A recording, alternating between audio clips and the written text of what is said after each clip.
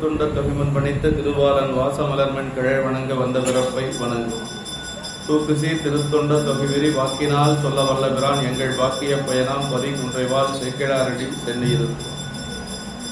கைலாய பரம்பரையில் சிவஞான போதந்தி காட்டும் என்னை பயில்வாய்மை மெய்கண்டான் சந்ததிக்கோர் மெய்ஞான பானுவாகி குயிலாரும் பொருள் திரு ஆவடதுறைவால் ஒரு நமச்சிவாய தேவன் செயலாதி மரபுடையோன் திருமரும் நீடுவழி தலைகமாகும். எல்லாம் வல்ல பெருமான் அர்த்தரும் பன்னார்மொழி அம்முடன் அமர் திரு நனாவுடையாருடைய திருவடியை வணங்கி அர்த்தரும் அன்னபூரணி தாயார் கைலாசநாத பெருமானுடைய திருவடி தாமரைகளை மனமொழி மைகளாலை வணங்கி பெருமக்கள் நாயன்மாருடைய பொன்னார் திருவடி தாமரை முக்கரணங்களாலை வணங்கி உரையாசிரியை சிவகணையாவுடைய திருவடிகளை நீல நினைந்து அடியனுடைய ஞானாசிரி பெருந்தகையாருடைய திருவடி தாமர்களை முக்கரணங்களாலை வணங்கி எழுந்தருளி இருக்கக்கூடிய அடியார் பெருமக்களுடைய திருவடிகளை எல்லாம் மனம் மொழி மைகளாலை வணங்கி அமைகின்றேன். அன்பார்ந்த சிவனேஸ்வரர்களே, சென்ற வாரம் இப்போ நம்ம சமய வகுப்பு இந்த மாதம் நிறைவு செய்யணும். இன்னைக்கு வகுப்பு நடத்திருக்க வேண்டியது முடியல, நம்ம திருமணத்துக்கு போனதுனால. அதனால போன வாரமே 12ஆம் நூற்பாம் மட்டும்தான் இருக்கு. 12ஆம் நூற்பாங்கிறது பெரிய புராணம் தான். பெரிய புராணம் என்னவோ அதான் 12ஆம் நூற்பா. அதனால அதனுடைய தொடர்ச்சியா இன்னைக்கு ஒரு 3/4 மணி நேரம் 1 மணி நேரம் தான் இருக்கு. அதனால அதை முடிச்சுட்டு நேரம் இருக்காது. அடுத்த வாரம் அப்பர்சாமி புராணம் வழக்கம் போல நம்ம அப்பர்சாமி புராணம் 2 வாரத்தில் நிறைவாயும் அடுத்த வாரம் முழுமையா எடுத்துட்டு நமக்கு 12ஆம் நூற்பா அப்படிங்கிறது என்னன்னா அடியாறுடைய வணங்குறது தான். செம்மலர் நோந்தால் சேரல் ஒட்டா அம்மலம் கடி அன்பருடு மறி மாலரிணையம் அழிந்தவர் வேடமும் ஆலயம் தானும் அரண்யன துறவி. இறைவனையும் அடியார்களையும் ஒன்று போலவே கருதுவது, அதுதான் 12ஆம் நூற்பா நமக்கு சொல்லக்கூடியது. அப்படி யார் ஒருத்தர் வணங்குறாங்களோ அவங்களுக்கு மலங்கள் நீங்கும் அப்படின்னு சொல்லி சொல்றாங்க. நம்ம அப்பர்சாமியினுடைய தேவாரம் இருக்குதுங்க. எவரேனும் தாமாக விளையாட திட்ட திருநீரும் சாதனம் கண்டால் உள்கி அவர் தேவர் கண்டால் உள்கி அவர் தேவர் இவர் தேவர் என்று அவர் தேவர் இவர் தேவர் என்று இரண்டாட்டா தொழிந்தங்கு ஈசன் திறமை பேணி கவராதே தொழுமடியார் நெஞ்சிலுள்ள கன்றாப்பூர் நடுதறியை காணலாமே அப்படின்னு சொல்லி சொல்றாரு. அவர் தேவர் இவர் தேவர் என்று சொல்லி இரண்டாட்டா தொழிந்தங்கு ஈசன் அதான் ரொம்ப முக்கியம். அங்க இருக்கிறதா சாமி, இங்க இருக்கிற வேடத்தோட இருக்கக்கூடிய அடியார்கள் எல்லாம் சாமி இல்லைன்னு சொல்லி வித்தியாசம் பார்க்காம அதுவும் ஒரு சாமி தான் இதுவும் சாமி தான் சொல்லி யார் வேறுபாடு இல்லாத வழிபாடு செய்யறாங்களோ அவங்களுக்குள்ள கன்றாப்பூர் பெருமான் காட்சி கொடுப்பார் என்று சொல்லி நமக்கு அப்பர்சாமிகள் தேவாரத்தில் சொல்றார். திரு கன்றாப்பூர் அப்படிங்கிறது திருவாரூர்ல இருந்து ஒரு 20 கிலோமீட்டர் தொலைவில் இருக்கக்கூடிய ஒரு பதி. அந்த பதியில சொல்றார். அப்ப முடிவு என்னன்னா 12ஆம் சூத்திரம் என்ன சொல்லுது அப்படின்னா, இப்ப நாம இறைவன் வழிபாட்டை தான் வலியுறுத்தி சொல்லுவது. நமக்கு சைவத்துல பெருமான் தான் இல்லைங்களா? பெருமான் வழிபாடு செய்த அந்த வழிபாடு நம்ம அதை நிலைச்சு நிக்கணும் அப்படின்னா என்ன செய்யணும்? அஞ்செழுத்த சொல்லணும். அதே மாதிரி அடியார் வழிபாட்டில் இருக்கணும், அடியார்களோட இணங்கி இருக்கணும், வேற ஒன்றும் இல்லை. இல்லைன்னா என்ன ஆகும் அப்படின்னா நமக்கு உலகத்தாருடைய தொடர்பு நம்மளை மீண்டும் அதுக்கு கொண்டு போயிடும். ஒரு மாசம் 2 மாசம் திருக்கூட்டத்துக்கே நம்ம வராம இருந்தோம்னு வைங்களேன், என்ன ஆகும் அப்படின்னா இறைவன் மேலேயும் அன்பு இருக்காது, திருக்கூட்டத்து மேலேயும் அன்பு இருக்காது, அப்படியே போயிடும். அது இந்த சூத்திரத்துல ரொம்ப அருமையா சொல்லப்பட்டிருக்கு. 8ஆம் சூத்திரம் அப்படிங்கிறது என்னன்னா, இறைவனே குருநாதராக நமக்கு உபதேசம் செய்வது. ஐம்புல வேடரின் ஏர்ந்தனை வளர்ந்தன சம்புதல் குருபமாய் தவத்தின் உணர்த்த விட்டு அந்நியம் இன்மையின் அரண்கலல் செல்லுமே. இறைவனே குருநாதராக நமக்கு உபதேசம் செய்ததுக்கு பிறகு இதுவரைக்கும் ஒரு ராஜகுமாரன் தான் ராஜகுமாரன் தெரியாம எங்க இருந்தான்? தன்னால வேடர் சேரியில் இருந்துட்டு இருக்கிறான்.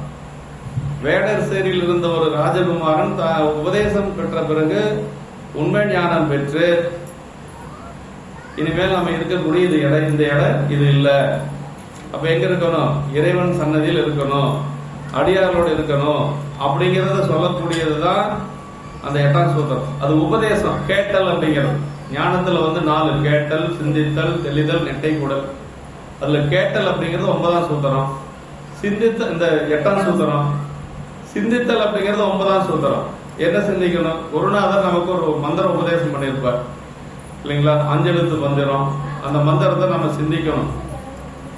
அதுதான் 9ஆம் சூத்திரம். ஊனக்கண் பாசமுணராப்பதியே ஞானக்கண்ணினில் சிந்தை நாடி உராத்துணை தேர்த்து என பாசம் ஒருவ தன் நிழலாம் பதிவிதி என்னும் அஞ்செழுத்து அப்படின்னார். பாசம் வரும் அப்படின்னா பாசம் நீங்குவதற்கு என்ன செய்யணும்? அஞ்செழுத்து சொல்லிட்டு இருக்கணும். உபதேசம் கேட்டிருக்கிறோம். இறைவனே குருநாதராக வந்து நமக்கு உபதேசம் பண்ணியிருக்கிறாரு. அந்த உபதேசம் பண்ண அந்த மந்திரத்தை என்ன செய்யணும்? நாம சொல்லிட்டே இருந்தோம்னா பாசம் நீங்கும் அப்படின்னு சொல்லி சொல்றோம். இதுக்கு பேர் தான் சிந்தித்தல் அப்படிங்கிறது இந்த 9ஆம் சூத்திரம். ஒரு 10ஆம் சூத்திரம் என்ன அப்படின்னா தெளிதல். 10ஆம் சூத்திரத்தில் என்ன சொல்றாரு அப்படின்னா அவனே தானேயாகி அந்நெறி ஏகனாகி இறைவனை நிற்க மலமாயதனோடு வல்வினைகின்ற. எப்ப வந்து இந்த மலமாசுக்கள் நீங்கும் அப்படிங்கறத 10ஆம் சூத்திரம் சொல்லுது. இறைவனுடைய திருவருளாகவே கருதணும். எல்லாம் நமக்கு எந்த ஒரு பணி செஞ்சாலும் சரி, இல்ல எந்த ஒரு உலகில் இன்ப துன்பங்கள் வந்தாலும் இதுக்கு யார் காரணம்? பெருமானுடைய திருவருள் காரணம். என்னுடைய வினையின் காரணமாக எனக்கு இதெல்லாம் வருது. வேற யாரையும் நம்ம வந்து நொந்து கூடாது. இவங்கனாலதான் அப்படி ஆச்சு, இவங்கனாலதான் அப்படி ஆச்சுன்னு சொல்லி நம்ம யாரையும் நம்ம வந்து அதுக்கு காரணப்படுத்தக்கூடாது. அவனே தானேயாகி அந்நெறி ஏகனாகி இறைவனை நிற்க அப்படின்னா இப்ப பெருமானோட ஒன்று இருந்து எல்லாம் இறைவனுடைய திருவருள் தான் நடத்துது அப்படிங்கிற ஒரு நிலை வருது பாருங்க. அப்படி அந்த நிலை வந்தாச்சுன்னா என்ன ஆகும்? மலம் மாயதனோடு வல்வினை இன்றே அப்படின்ட்டு ஆணவ மலம் போயிடும். நமக்கு மாயை ஒன்றும் நம்மளை செய்ய முடியாது. மாயை என்ன செய்யும்? மயக்கத்தை செய்யும் இல்லையா? மாயை மயக்கத்தை செய்யும். உண்மையான பொருள் பொய்யா காட்டும், பொய்யான பொருள் உண்மையா காட்டும். இந்த உலகத்தில் அழியக்கூடிய பொருள் எல்லாம் நமக்கு உண்மையா தெரியும். ஒரு ஸ்டேஜ் வரும் பொழுது இதெல்லாம் ஒண்ணுமே இல்லை அப்படின்னு சொல்லி நமக்கு இதெல்லாம் அழியக்கூடிய பொருள் அப்படின்னு அந்த தெளிவு வரும். அப்படி அந்த நிலை வருகின்ற பொழுது அப்பதான் வந்து நமக்கு எல்லாமே நீங்கும், வினைகளும் நீங்கும். அதான் அவனே தானேயாகி அந்நெறி ஏகனாகி இறைவனை நிற்க மலம் மாயதனோடு வல்வினை என்ற. அப்படி நின்றவங்க யார் அப்படின்னா கண்ணப்ப நாயனார் நின்றார். 6 நாட்கள் பார்த்தாரு, பெருமானோடு இருந்தார். 6 நாட்கள் தனக்காக எதையும் அவர் செஞ்சுக்கல. அவருக்கு பசிக்கல, அவருக்கு தண்ணி குடிக்கணும்னு தோணல, அவருக்கு தனியா இருக்கணும்னு பயம் கிடையாது. சாமி தனியா இருக்கிறாரு, சாமிக்கு பசிக்கும், சாமிக்கு நிவேதனம் செய்யணும், இந்த எண்ணம் தான் இருந்தது அவருக்கு. அதான் வள்ளுவ பெருமான் சொல்றது மாதிரி கற்றதனால் ஆய பயன் என்கொள் வாலறிவன் நற்றால் தொழார் எனின் அப்படின்னு. அப்படி என்னைக்கு நமக்கு சாமி மேல அன்பு வருதோ அப்போ வந்து நம்ம ஒரு நிலைக்கு வந்துட்டோம்னு அர்த்தங்க. அப்படி வந்துருச்சு அப்படின்னு நமக்கு தெரியாது. நான் அந்த மாதிரி அந்த ஸ்டேஜுக்கு வந்துட்டேன்னு யாராவது சொல்றாங்கன்னு வைங்களேன், நம்ம ஒன்னும் அவங்க வரலைன்னு அர்த்தம் இல்லைங்களா?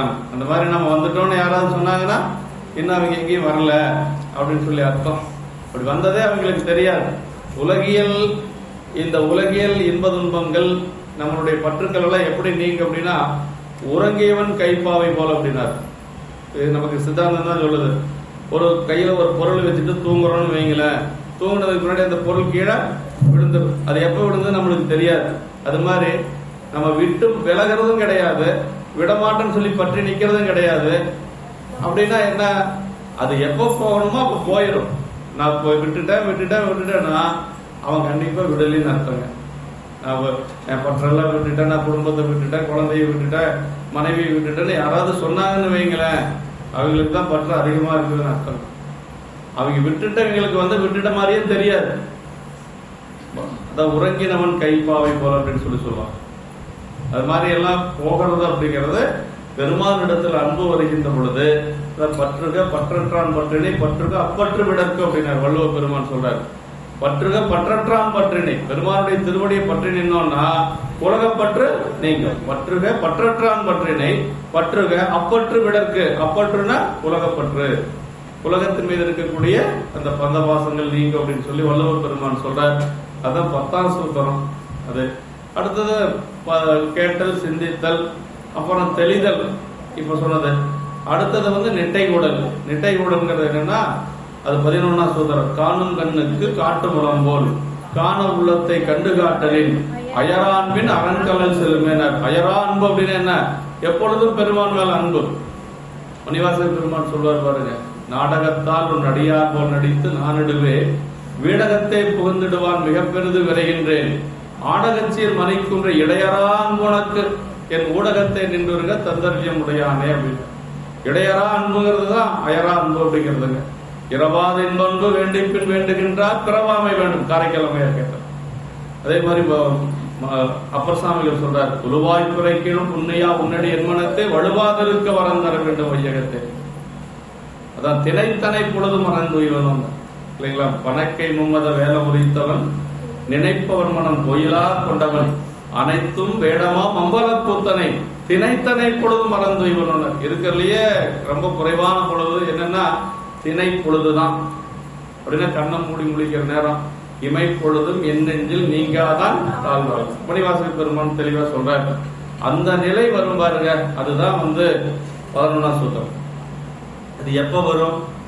நமக்கு இந்த பந்த வாசங்கள் எல்லாம் நீங்கி உலகில் இருக்கக்கூடிய ஆணவம் கண்மம் மாயை இதெல்லாம் போயிடணும். இதெல்லாம் போனாதான் அந்த அயரா அன்பின் அரண்கலல் செலுமைங்கிறது வருங்க. அரண்கலல்னா திருமானுடைய திருவடி. அயரா அன்புனா எப்பொழுதும் இறைவனுடைய திருவடியில் அன்பு கொண்டு இருப்பது. பெரியவங்க நம்முடைய நாயன்மார்கள்லாம் அப்படிதான் இருந்தாங்க. உலகியல்னால அவங்க எந்த ஒரு பாதிப்பும் அடையல. உலகியல் அது பாட்டுக்கு அது அவங்க பாட்டுக்கு அவங்க இருப்பாங்க. அதான் நாயன்மார்களுக்கு நமக்கு இருக்கக்கூடிய வேறுபாடு. நமக்கு எத்தனை துன்பங்கள் வந்தாலும் கூட அவங்கள பாதிக்க நம்முடைய நாயன்மார்கள் எல்லாருமே அப்படிதான். அதனால அந்த 11ஆம் சூத்திரம். சரி, இப்ப அந்த நிலைக்கு நாம வந்துட்டோம் இல்லையா. முதல்ல உபதேசம் கேட்டோம் 8ஆம் சூத்திரத்துல. அப்புறம் இந்த கேட்ட உபதேசத்தை சிந்திச்சோம் 9ஆம் சூத்திரத்துல. ஊனக்கண் பாசம் உணராபதி ஞானக்கண்ணி சிந்தை நாடி உராத்துறை தேர்தொருவ பாசம் ஒருவர் தன்னிலாம் பதிவிதி என்னும் அஞ்செழுத்து இல்லைங்களா. சரி, அது சிந்திச்சோம். அதற்கு பிறகு கேட்டல் சிந்தித்தல் தெளிதல் 10ஆம் சூத்திரம். அவனேதானாகி அன்னறி ஏகனாகி இறைவனை நிற்க மலமாயுதனோடு வல்வினை. மலமெல்லாம் நீங்கிருச்சு, பாசம் எல்லாம் போயிடுச்சு, வினை போயிடுச்சு. இப்ப எப்படி இருக்கிறோம்? பெருமானுடைய திருவடியில ஆன்மா அப்படியே திளைச்சிருக்கு. இப்ப அந்த ஆன்மாவுக்கு என்ன இருக்குது? இறைவன் திருவடி மட்டும்தான் அங்க இருக்குது. வேற ஒண்ணு அயரா அன்பின் அரண்கலல் செலுமே அப்படின்னா, அதாவது திணைத்தனை பொழுது மறந்து இவனோ அப்படிங்கிறது. அதை இமை பொழுது மென் நெஞ்சில் நீங்காதான் தாழ்வாள். அந்த நிலைக்கு வந்துருச்சு ஆன்மா. சரி, இது இப்படியே இருக்குமா இல்ல இது எங்காச்சும் கொஞ்ச நாள் போயிருமா அப்படின்னா, இந்த நிலை அப்படியே இருக்கணும்னா நம்ம என்ன செய்யணும் அப்படிங்கறதான் 12ஆம் சூத்திரம் சொல்லுது. என்ன செய்யணும்? அஞ்செழுத்த சொல்லணும். இன்னொன்னு அடியார் திருக்கூடத்தில் இருக்கணும். வேற ஒண்ணும் இல்லை. இதுக்கு ஒரே உபாயம் அதுதாங்க. அதாவது மலம் நீங்கினாலும் கூட அந்த வாசனை நீங்காது. பெருங்காயம் தீர்ந்தாலும் பெருங்காய டப்பாவில் இருக்கக்கூடிய வாசனை போக, அதான் மல வாசனை அப்படின்னு சொல்றது. வாசனா மலம் அப்படிங்கிறது சைவ சித்தாந்தத்துல எப்படி மலமோ அதே மாதிரி மல வாசனையும் நம்மளை விடாது. அந்த மல வாசனை நீங்கணும்னா என்ன செய்யணும்? நம்ம அடியார் கூட்டத்தில் தான் இருக்கணும். பெரிய புராணத்துல 10வது பாட்டு என்ன சொல்லுது அப்படின்னா, பாயிரத்துல இங்கேதான் நாமம் கூறின் இவ்வுலகத்து முன்னால் தங்கிருள் 2 மாக்கள் சிந்தையை சார்ந்து நின்ற பொங்கிய இருளை ஏனை புறையிருள் போக்குகின்ற செங்கதிரவன் போல் நீக்கும் என்பார் திருத்தொன்று புராணம் என்பார். அப்படின்னு திருத்தொன்று புராணம் அப்படிங்கிறது பெரிய புராணம் இல்லைங்களா. அதுக்கு பேரே திருத்தொன்று புராணம் தான். பெரிய புராணம்னு நாளடைவுல பின்னாடி வந்த புலவர்கள் சொன்னதுதான் பெரிய புராணம். செயற்கரிய செயல் செய்ததுனால பெரிய புராணம் இல்லைங்களா. ஆனா திருத்தொன்று புராணங்கிறதா சேக்கிழார் பெருமான் வச்ச பேரு. அது என்ன சொல்றாருன்னா, இந்த உலகத்துல 2 இருள் இருக்கிறது. ஒன்று வெளியில இப்ப இருக்கக்கூடிய இருள். இது எப்ப நீங்க காலையில சூரியன் வந்தா நீங்க இல்லையா, இல்ல இந்த வெளிச்சத்துல இருக்கிறது வேற. நிலவு வந்தா கொஞ்சம் குறையும், இருள் குறையும். ஆனா சூரியன் வந்தாச்சுன்னா முழுவதும் இருள் நீங்கிடும். உள்ளுக்குள்ள இருள் இருக்கிறவன் அதான் அந்த தான் அப்படிங்கிற முனைப்பு ஆணவ மலம். அது எப்ப நீங்க அப்படின்னா பெரிய புராணம் படிச்சா நீங்கும், பெரிய புராணம் கேட்டா நீங்கும். யாரு? சேக்கிழார் பெருமானே நமக்கு சொல்றார். நூலனுடைய பயன் அதுதான். 10வது பாட்டு இருக்குது பாருங்க, பாயிரம். அதுதான் பெரிய புராணத்தினுடைய பயன் என்ன அப்படிங்கறத சொல்றாரு. நூலனுடைய பெயரும் சொல்றாரு, பயன். ஒரு நூலை படிக்கிறோம்னா ஏதாவது ஒரு பயன் இருக்கணும் இல்லையா. அப்ப நமக்கு இருக்கக்கூடிய ஆணவங்களை நீங்கணும்னா நமக்கு ஒரே ஒரு உபாயம் திருத்தொண்ட தொகை தான். அடியார்க்கும் அடியேன் அடியார்க்கும் அடியேன் அடியார்க்கும் அடியேன்னு சொல்றது. ராகவையா தான் சொன்னார். ஞானசம்பந்த பெருமான் பாடிய திருப்பதிகங்கள் 385 திருப்பதிகம். 385 திருப்பதிகம்.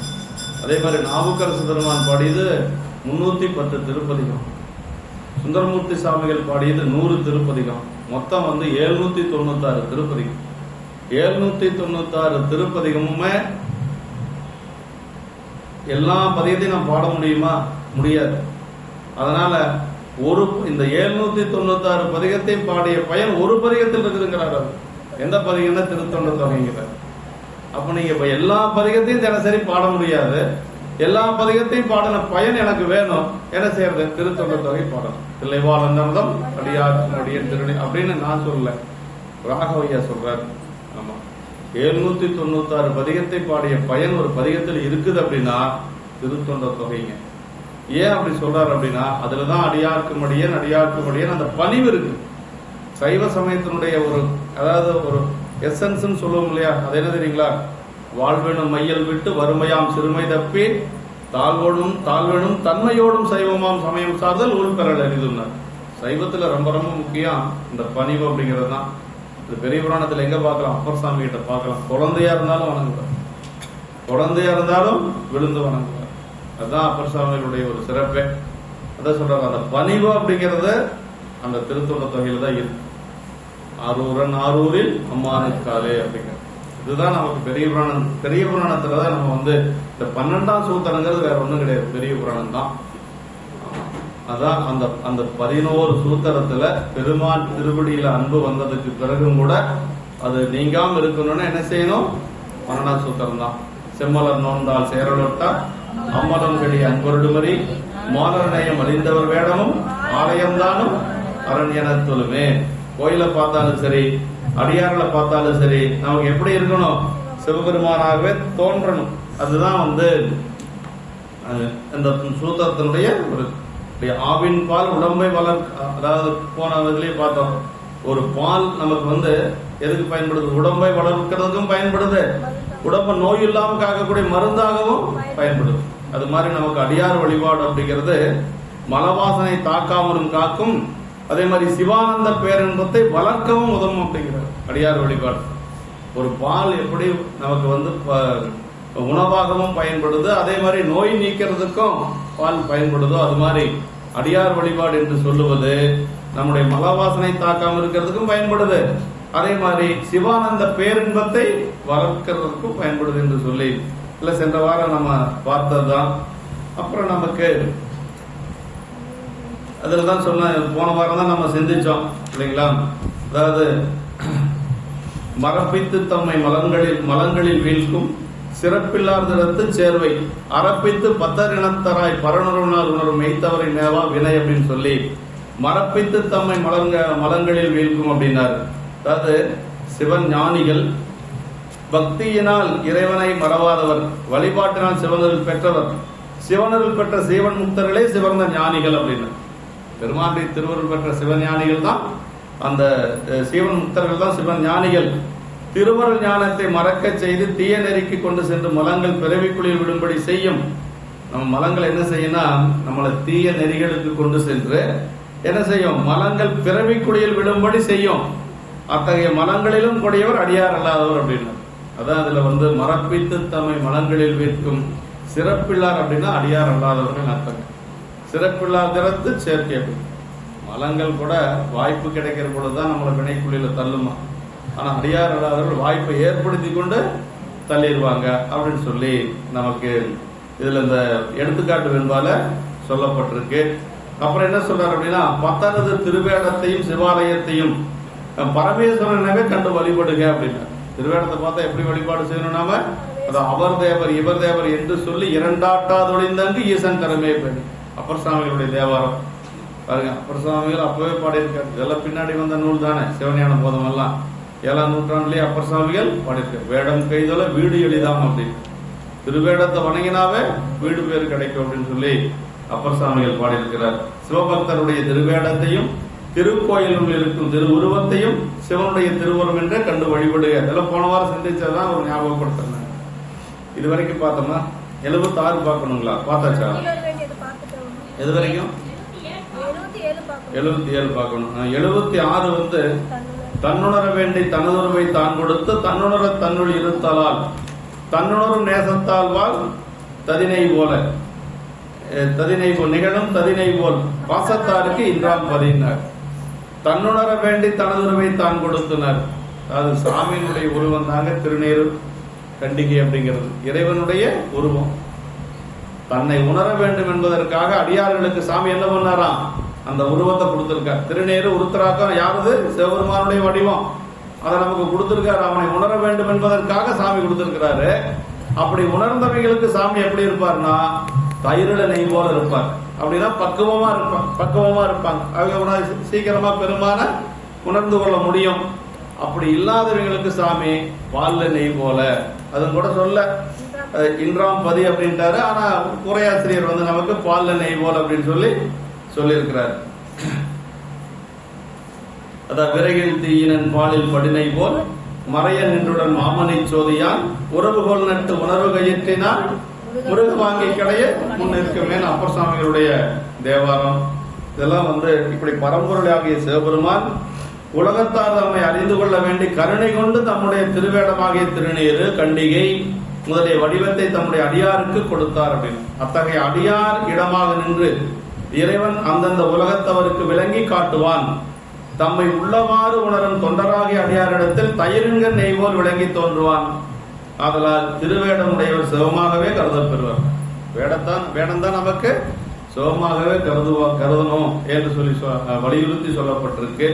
திருவேடம், பாவனை, செயல், தன்மை ஆகிய நான்கினாலும் திருவேடமுடைய மெய்யன்பர்கள் சிவமாகவே தோன்றுவர் என்று சொல்ல பந்தவாசமுடைய ஏனையோரிடத்த சிவபெருமான் பாலில் நெய் போல் விளங்காது நிற்பான். அவர் சேர்க்கை கூடாது என்பதாம் என்று சொல்லி நமக்கு இந்த இதுல இந்த எடுத்துக்காட்டு என்பார் சொல்றார். 77 தான்.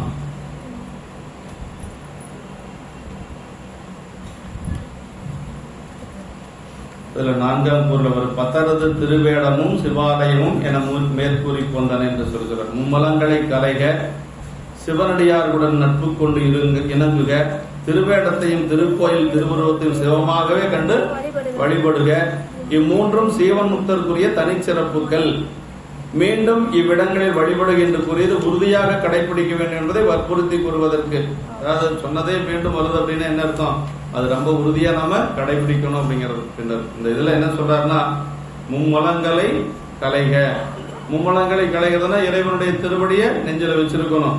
அப்புறம் சிவனடியாருடன் நட்பு கொண்டு இணங்குக. இது எதுக்கு? அந்த மீண்டும் மலவாசனை தாக்காம இருக்கிறது. அப்புறம் திருவேடத்தையும் திருக்கோயில் திருவுருவத்தையும் சிவமாகவே கண்டு வழிபடுக.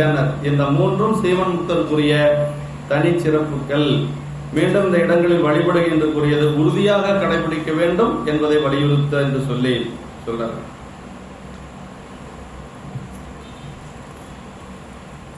கீழே பாருங்க. 12ஆம் நூற்பாவுக்கு ஒளிவு எஞ்சியவைனா 3 மலங்களை கலைதல், சிவ ஞானிகளுடன் கூடுதல், சிவனடியாரோடு சேர்ந்திருத்தல், சிவலிங்கத்தை சிவமனக் கண்டு வழிபடுதல் ஆகியவை சிவமுக்தருக்கு இயல்பாக உள்ள இலக்கணமாகும். அது நமக்கு திருவேடத்தை பார்த்தா, திருநீரை பார்த்தா நமக்கு யாரு திருநீர் வச்சிருக்கிறாங்கிறது நமக்கு கவலை இல்லை. திருநீர் தான் நமக்கு முக்கியம். வச்சிருக்கிறவங்களை பத்தி கவலை இல்லை. மெய்ப்பொருள் நாயனார் அப்படித்தானே பார்த்தார். முத்தநாதன் அவர் எப்படி பார்த்தாருன்னா அவர் சிவனடியாரா பார்த்தார், திருநீரெல்லாம் பார்த்தார். முத்தநாதன் தெரியல அவருக்கு. அவன் அணிந்திருந்த திருநீர் தான் தெரிஞ்சது. அதனாலதான் உயிர் போற பொழுது கூட வணங்கி உயிர் போச்சுங்க. மெய்த்தவ வேடமே மெய்ப்பொருள் என்று தொழுது வென்றார் அப்படின்னாரு. எப்ப தொழுது வென்றார்? உயிர் பிரிகின்ற பொழுது கூட வணங்க முடிஞ்சது. அப்படின்னா வேடம் அணிந்தது யார் அப்படிங்கிறது கணக்கு. வேடம் தான் முக்கியம்.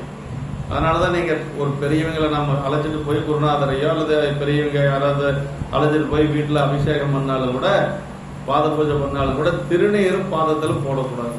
அது ரொம்ப தெரிஞ்சுக்கணும். நம்ம பால் ஊத்தலாம், தயிர் ஊத்தலாம், எல்லா திரவையும் ஊத்தலாம், அப்புறம் சந்தனம் வைக்கலாம், குங்குமம் வைக்கலாம்.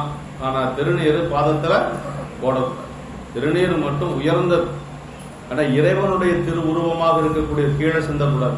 கீழே சிந்தர எந்த அளவுக்கு கீழே சிந்தரமோ அந்த அளவுக்கு நமக்கு வினைதான். ஆனா கீழே சிந்தாம திருநீர் இடணும். அப்படியே தெரியாம சிந்திச்சுனால அதை நம்ம தொடச்சிடணும். நம்ம வரகுண தேவ பாண்டியர் ஒருத்தர் இருந்தார் திருவிடை மருதூர்ல, அரசர். அவருக்கு போருக்கு செல்லுகின்ற பொழுது எல்லா அரசர்களும் கேடயமெல்லாம் அணிந்து கொண்டு போவாங்க. அவர் அப்படி கேடயம் அணிந்து போக மாட்டாரா.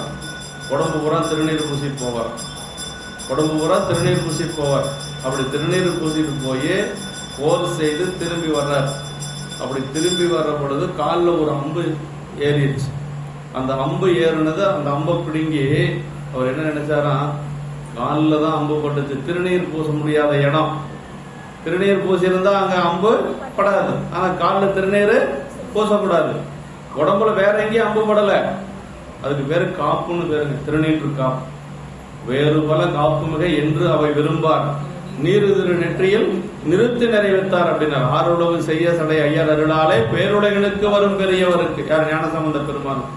3 மாத குழந்தையா இருக்கிற பொழுது நம்ம குழந்தைகளுக்கெல்லாம் எந்திரம் கட்டுவோம், மந்திரம் போடுவோம், அதெல்லாம் பண்ணுவோம், ஏடு கட்டுவோம். அந்த குழந்தைக்கு என்ன பண்ணாங்களாம்? திருநீற்று காப்பை தவிர எதுவும் பண்ணலைங்க. ஞானசம்பந்த பெருமானுக்கு அதாவது இருமரபும் சைவ நெறி வழிவந்த கேண்மையினார் அப்படிம்பார் சேக்கிழார் பெருமான். தாய் மரபு தந்தை மரபு ரெண்டுமே சைவ நெறி. அதனால திருநீர் தாங்க, வேற எதுவும் மந்திரத்துக்கெல்லாம் அங்க வேலை இல்லை. அதான் அந்த திருநீற்றுக்கு அவ்வளவு பெருமை. காப்புன்னே பேருங்க இருக்கு, திருநீற்று காப்பு என்று சொல்லுவாங்க. இப்படி அந்த திருநீர் தான் ரொம்ப முக்கியம். 12ஆம் நூற்பாவில் சொல்லப்படுவது என்னன்னா, வேடத்திலேயே தலைமை பெற்றது திருநீருங்க. திருநீர் என்னென்ன வேடம்னா என்ன? 3 வேடம் இருக்கு. திருநீர் இருக்கு, உருத்தராக்கம் இருக்கு, சிகை இருக்கு. சிகை வேடம் தான், அதை நம்ம வணங்கித்தான் ஆகணும். குடுமி தேவர் இருக்கிறாருன்னா குடுமையை நம்ம வணங்கித்தான் ஆகணும், வேற வழி கிடையாது. ஆனா இந்த 3ல எது சிறப்பு அப்படின்னா திருநீர். அது எங்க வருது அப்படின்னா மெய்ப்பொருள் நாயனார் குணத்துல வருது. கடைசியா அவர் உயிர் போற பொழுது சொல்றாரு, அரசியல் ஆயத்தார்க்கும் அழிவுறு காதலார்க்கும் விரவிய செய்கையாலே விளம்புவார் விதியினாலே பரவிய திருநீற்றன்பு பாதுகாத்து உயிப்பீர் என்று புறவலர் மன்றிலாடும் பூங்கலில் சிந்தை செய்தார் அப்படின்னார். உயிர் போகுதுங்க. அந்த உயிர் போற பொழுது எல்லாத்தையும் கூப்பிடுறார், மனைவியை கூப்பிடுறார், அமைச்சர்களை கூப்பிடுறார், எல்லாத்தையும் கூப்பிட்டு அவர் என்ன சொன்னார் தெரியுங்களா? என்னுடைய குழந்தைய பத்திரமா பார்த்துக்குங்க, நான் எனக்கு பின்னாடி என் பையன்தான் ராஜாவா வரணும், அப்புறம் என் மனைவியை பார்த்து அப்படியெல்லாம் சொல்லலை. அவர் சொன்ன ஒன்னே என்ன தெரியுங்களா?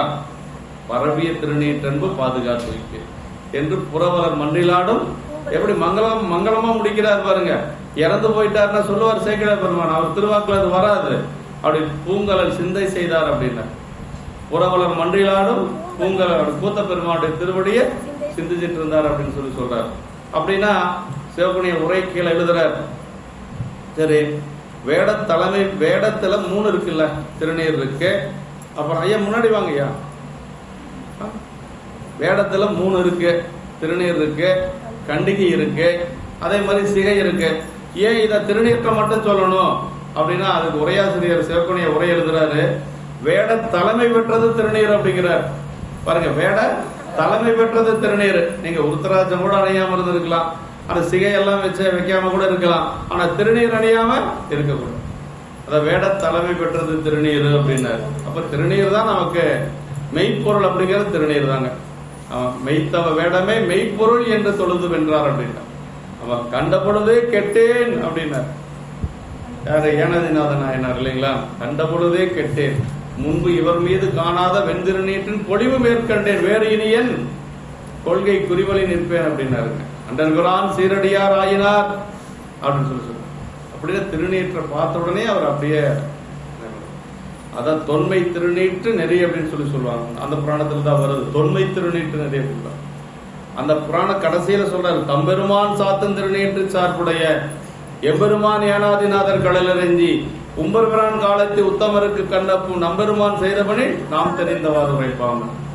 கடைசி பாட்டுல சொல்றாரு பாருங்க, தம்பெருமான் சாத்தன் திருநீற்று சார்புடைய சிவபெருமான் அணியக்கூடிய திருநீர். அப்ப திருநீர் எவ்வளவு சிறப்பாரு, குழந்தைக்கு பூசுறாங்க பாருங்க. இந்த திருநீர் சொன்னோம்னா பூசுறாங்க. அம்மா அப்பா அம்மா ஐயா திருக்கூடுதல் இந்த மாதிரி எல்லாம் பார்க்க முடியும். நம்ம அன்பர்களும் பரவாயில்ல, திருநாவுக்கரசு இருக்கிறார்ல, வேடத்தரசு, மகிழ்ச்சி. அப்படி திருநீரை எப்பொழுதும் நம்ம இரவு நேரத்திலயும் சரி பகல் நேரத்திலயும் சரி தூங்கி எழுந்திரிச்சோடனே முதல்ல என்ன செய்யணும்? திருநீர் பூசணும். கையை மட்டும் கழுவிட்டு திருநீர் முதல்ல பூசிட்டு அப்புறம் தான் பல்லு விளக்குறது மற்றதெல்லாம். ஆமா, பல்லு விளக்காத எப்படி திருநீர் பூசுறது? அப்படி இல்லை, திருநீர் பூசிட்டு தான் பல்லு விளக்கணும். அப்படின்னா எந்திரிச்சோடனே திருநீரத்துல தான் நம்ம ஆமா பசும குளியல்னு பேருங்க இருக்கு. திருநீர்ல குளிக்கிறது ஒண்ணு இருக்கு, பசும குளியல் அப்படின்னு சொல்லுவாங்க. அதனால திருநீர் பூசுறது தான் நமக்கு. இரவு தூங்குற பொழுது திருநீர் பூசணும், தூங்கி விழிச்ச உடனேயே திருநீர் பூசணும், எப்பொழுதும் திருநீர் பூசணும். தம்பெருமான் சாத்தன் திருநீற்று சார்புடைய எம்பெருமான் ஏனாதிநாதன் கலரஞ்சி அப்படின்னு சொல்லுவாங்க.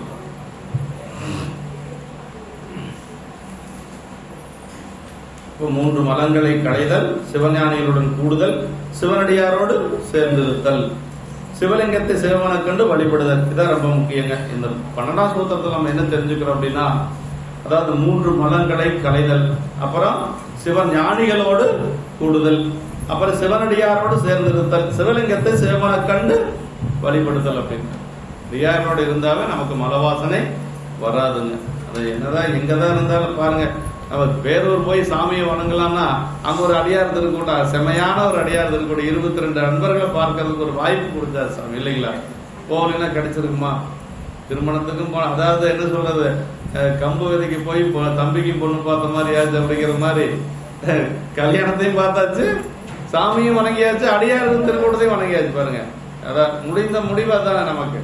பெருமானை வணங்கினாலும் கூட முடிவு என்ன? அடியார் வழிபாடு தானே. அதையும் நம்ம சாமி நமக்கு ஒரு வாய்ப்பு கொடுத்தாரு.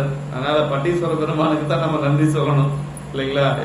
அதான் அவங்களோட பேசிட்டு இருக்கிற பொழுது ஒரு இன்பமா இருந்தது. அவங்களும் ராகவையா அம்மா அப்பா வந்து ரொம்ப அவங்க ஆமார்த்தமா குருநாதரா வச்சு வழிபாடு செய்யக்கூடிய திருக்கூட்டங்கிறது இன்னும் கொஞ்சம் சிறப்பு, இல்லைங்களா? எம்மன்பும் உம்மன்பும் அப்படிங்கிற மாதிரி ஒரு கலந்து இருக்கிற ஒரு வாய்ப்பு கிடைச்சது. ரொம்ப நல்லா இருந்தது. அதாவது இன்னைக்கு வந்து போனா ஒரு என்ன ஒரு மினி யாத்திரை போயிட்டு வந்த மாதிரி ஆச்சு. ரொம்ப நிறைவா இருந்தது. பரவாயில்ல. இப்படி பெருமான் எப்படின்னா ஒரு உயிர் பொருள், உயிரில்லாத பொருள் எல்லாத்திலையும் கலந்து இருக்கிறார் சாமி. அது நமக்கு தெரிஞ்சுக்கணுங்க. பொன்னும் ஆபரணம் போல் வேறுமே குணகுணி போல் பேதா பேதம் உடைய நிலைமையும் உடையவன் அல்லன். மூன்றற்கும் பொதுவான நிலையில் கண்ணொளியும் ஆன்மறிவும் போல் அத்துவித நிலையில் கடந்திருப்பான். பசுவின் உடம்பெங்கும் காணப்படாத பால் கண்டை நின்றவுடன் காம்பின் வழியை விம்மி ஒழுகும். அதுபோல் எப்போதும் வெளிப்பட்டு அருள்வதாக திருக்கோயில் உள்ளிருக்கும் அருவுருவ திருமேனிய சிவலிங்கத்திற்கு செய்யும் வழிபாடே சிறந்த ஞானம். ரொம்ப முக்கியங்க. அதாவது வியாக்கான சொல்லுவாங்க, சாமி இங்க இல்லையா அங்க இல்லையா, இங்கிருந்து கோயிலுக்கு போகணுமா, ஏன் வீட்டுல இருந்து வணங்க, இங்க இருக்கிற இடத்துல இருந்து நான் இங்க இருக்கிற இடத்துல இருந்தே சாமி என்னால கும்பிட முடியும், அது எல்லாம் பேசலாம். ஆனா அதுக்கு தான் சொல்றாங்க என்னன்னா, பசுனுடைய உடம்பு பூரா பால் இருக்கு, ஆனா அது சுரக்கிற இடம் காம்பு தான், இல்லைங்களா? அது மாதிரி இல்ல எங்கேயாவது வயிற்றுலயே எங்கேயாச்சும் ஒரு கோட்டை போட்டா பால் வருமா? அப்படி வராது. அது மாதிரி பெருமானுடைய திருவருள் எல்லா பக்கம் வியாபகமா இருக்கு. அவனுக்கு பேரே விஸ்வநாதன், இல்லையா? வியாபகம். ஆனா அது அருள் கொடுக்கக்கூடிய இடம் சிவலிங்க திருமே. அதை நம்ம தெரிஞ்சுக்கணும். அதனாலதான் ஆலய வழிபாடு, ஆலயம் தொழுவது சாலவும் நன்றேன்னு அம்மா சொன்னாங்க. ஆலய வழிபாடு ஏன் இருக்கிற இடத்துல இருந்தே நல்லா பாத்துக்கணும் அப்படி இல்லை.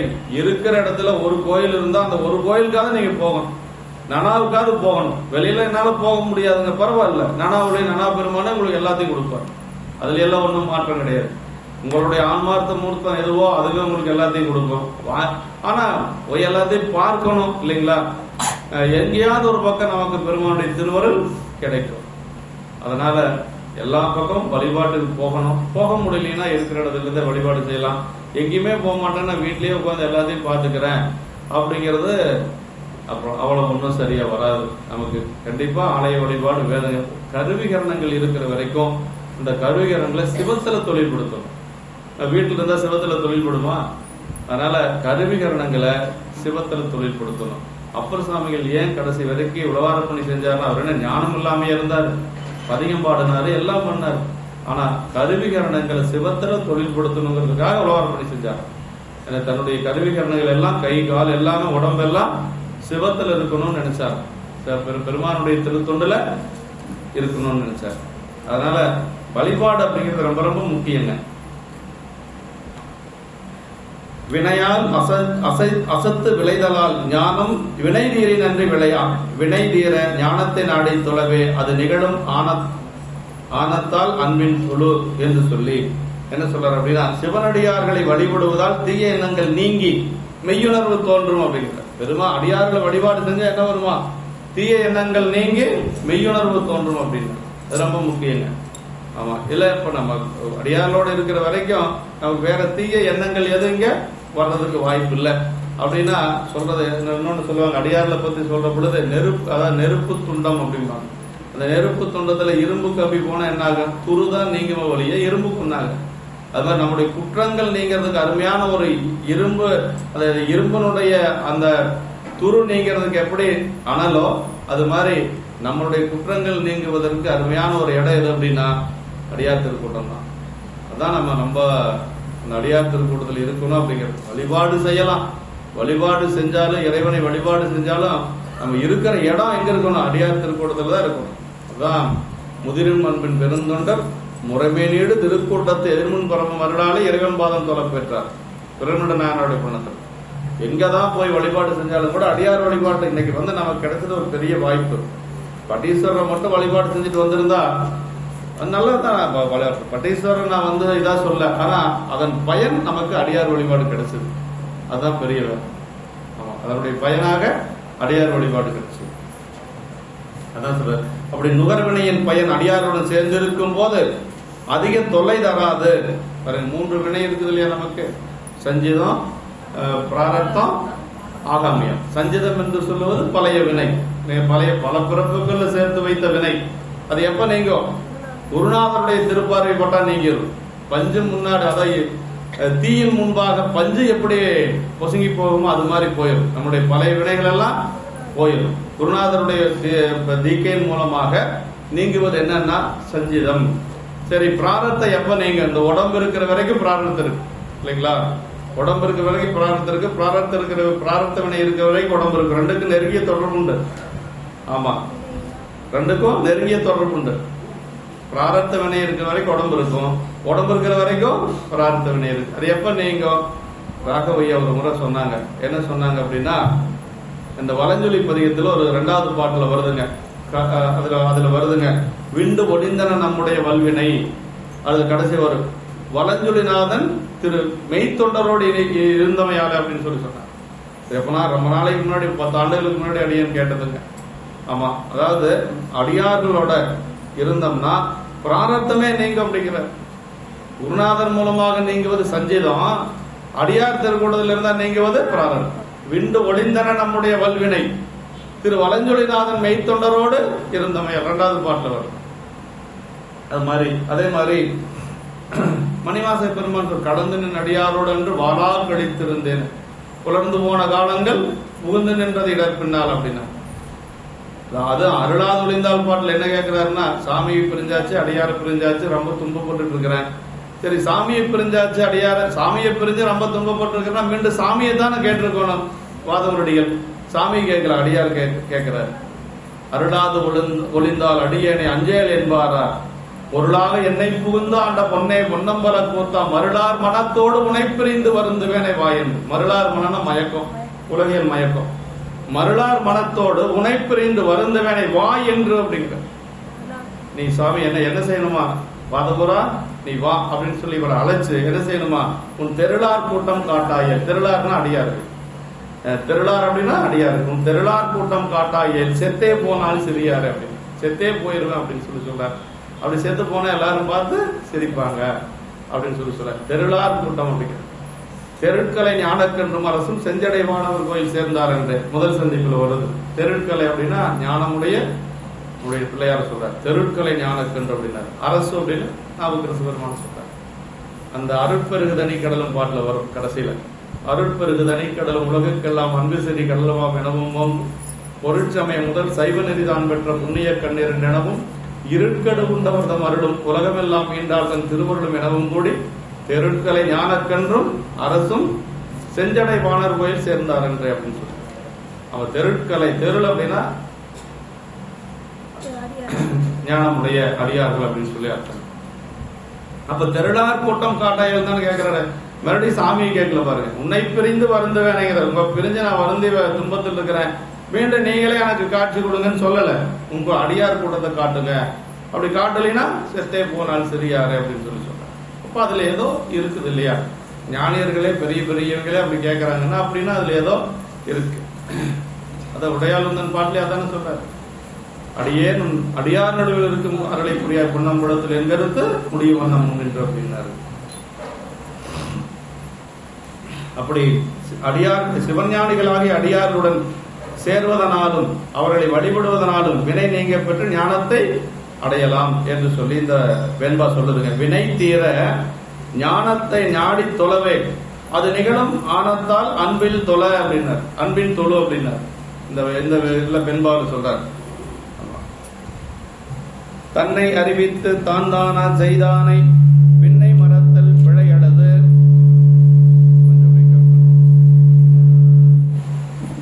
தன்னை அறிவித்து தான் தானா செய்தானை கொஞ்சம் அறிவிப்பு. பின்னை மறத்தல் பிழையளது முன்னவனே தானே தானா செய்து தெய்வம் என்றும் தெய்வமே மானே தொழுகை வலி. தன்னை அறிவித்துனா ஆன்மாவாகிய தன்னுடைய இயல்பை உணர்த்தி அப்படின்னார். தான் தானாக செய்த சிவமாக செய்த குருநாதரை. முதல்ல நாம எப்படி இருந்தோம்? சாதாரண ஒரு ஆன்மாவா இருந்தோம். இப்ப தீக்கையெல்லாம் கொடுத்து நம்மளை எப்படி பண்ணியிருக்காரு குருநாதர்? சிவமாக பண்ணியிருக்காரு. செஞ்சது யார்? சிவபெருமானே தான். சிவமாக்கி இணையாண்ட அத்தன் என கருளியவார் ஆற்பெறுவார் அச்சோர். அந்த சிவமாம் தன்மை பெருவாழ்வு அப்படின்னு சொல்லி வையாபுரியார் ஒரு நூல் எழுதியிருக்கார். சிவமாம் தன்மை பெருவாழ்வு என்று சொல்லி ஒரு சித்தாந்தத்தில் நூல் எழுதியிருக்கார். அவ்வாறு செய்ததை செய்தவில் மறந்து விடுதல் என்று சொல்லி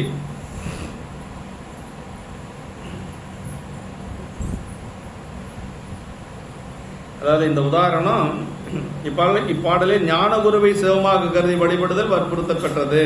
முதல் அடியார் சொன்னாரா, இப்ப ஞான குருவை எப்படி வழிபாடு செய்யணுமா? சிவமாகவே கருதி வழிபாடு செய்யணுங்கிறார். இவ்வுதாரணம் மூன்றானும் வழிபாட்டிற்கு இடத்து நிகழ்பொருள் மாத்திரையை அன்றி இட விசேடமும் பெறல் வேண்டும் என்பதனை வலியுறுத்தும் முகத்தான் முறைய சிவலிங்கத்தையும் அப்புறம் சிவபக்தர் திருவேடத்தையும் சிவ தேசிகனையும், தேசிகன்னா குருநாதருங்க, தேசிகன்னா குருநாதர், தேசிகனையும் அறிந்து வழிபடுமாறு கூறப்பட்டது. மாபாடியத்தில் சிவஞான முனிவர் அந்த மாதிரி எழுதியிருக்கிறார். சிவஞான முனிவர் சொல்லியிருக்கிறார். என்னென்ன சொல்லியிருக்கிறாரு?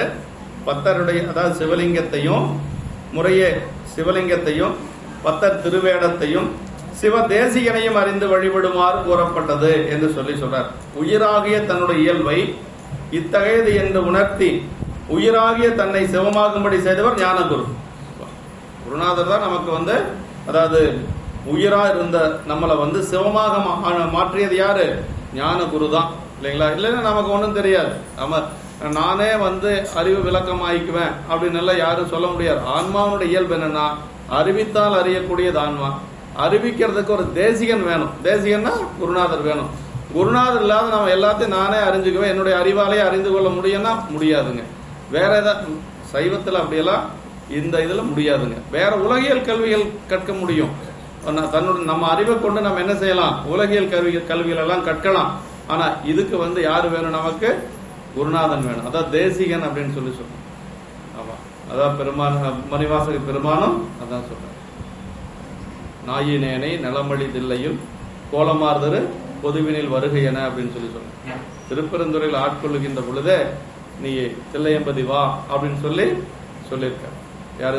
சிவபெருமானே சொல்லியிருக்க.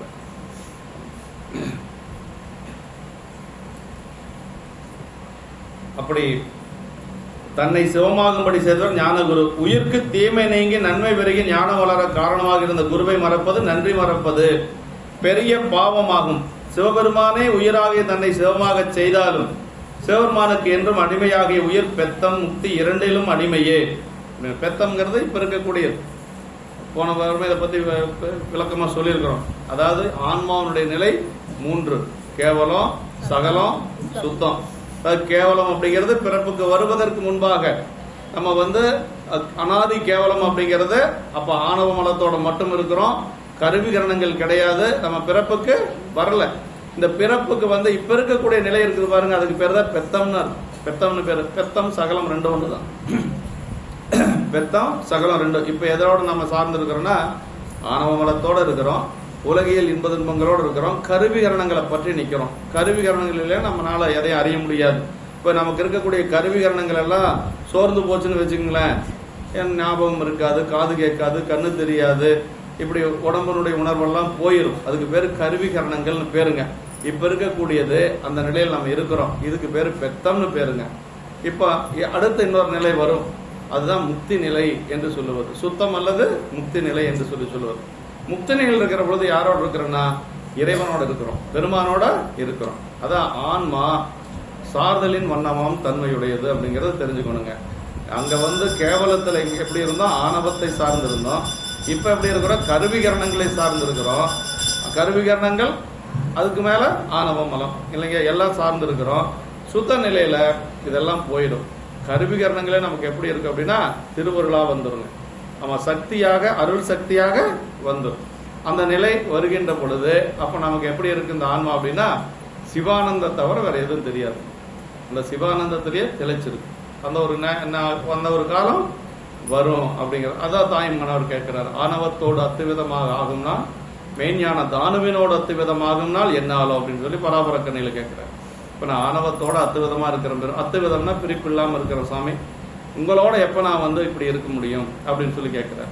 இப்ப இருக்கிறது ஆணவத்தோட இருக்கிறேன், உங்களோட எப்ப இதே மாதிரி நான் பிரிப்பு இல்லாம இருக்கிறது அப்படின்னு சொல்லி.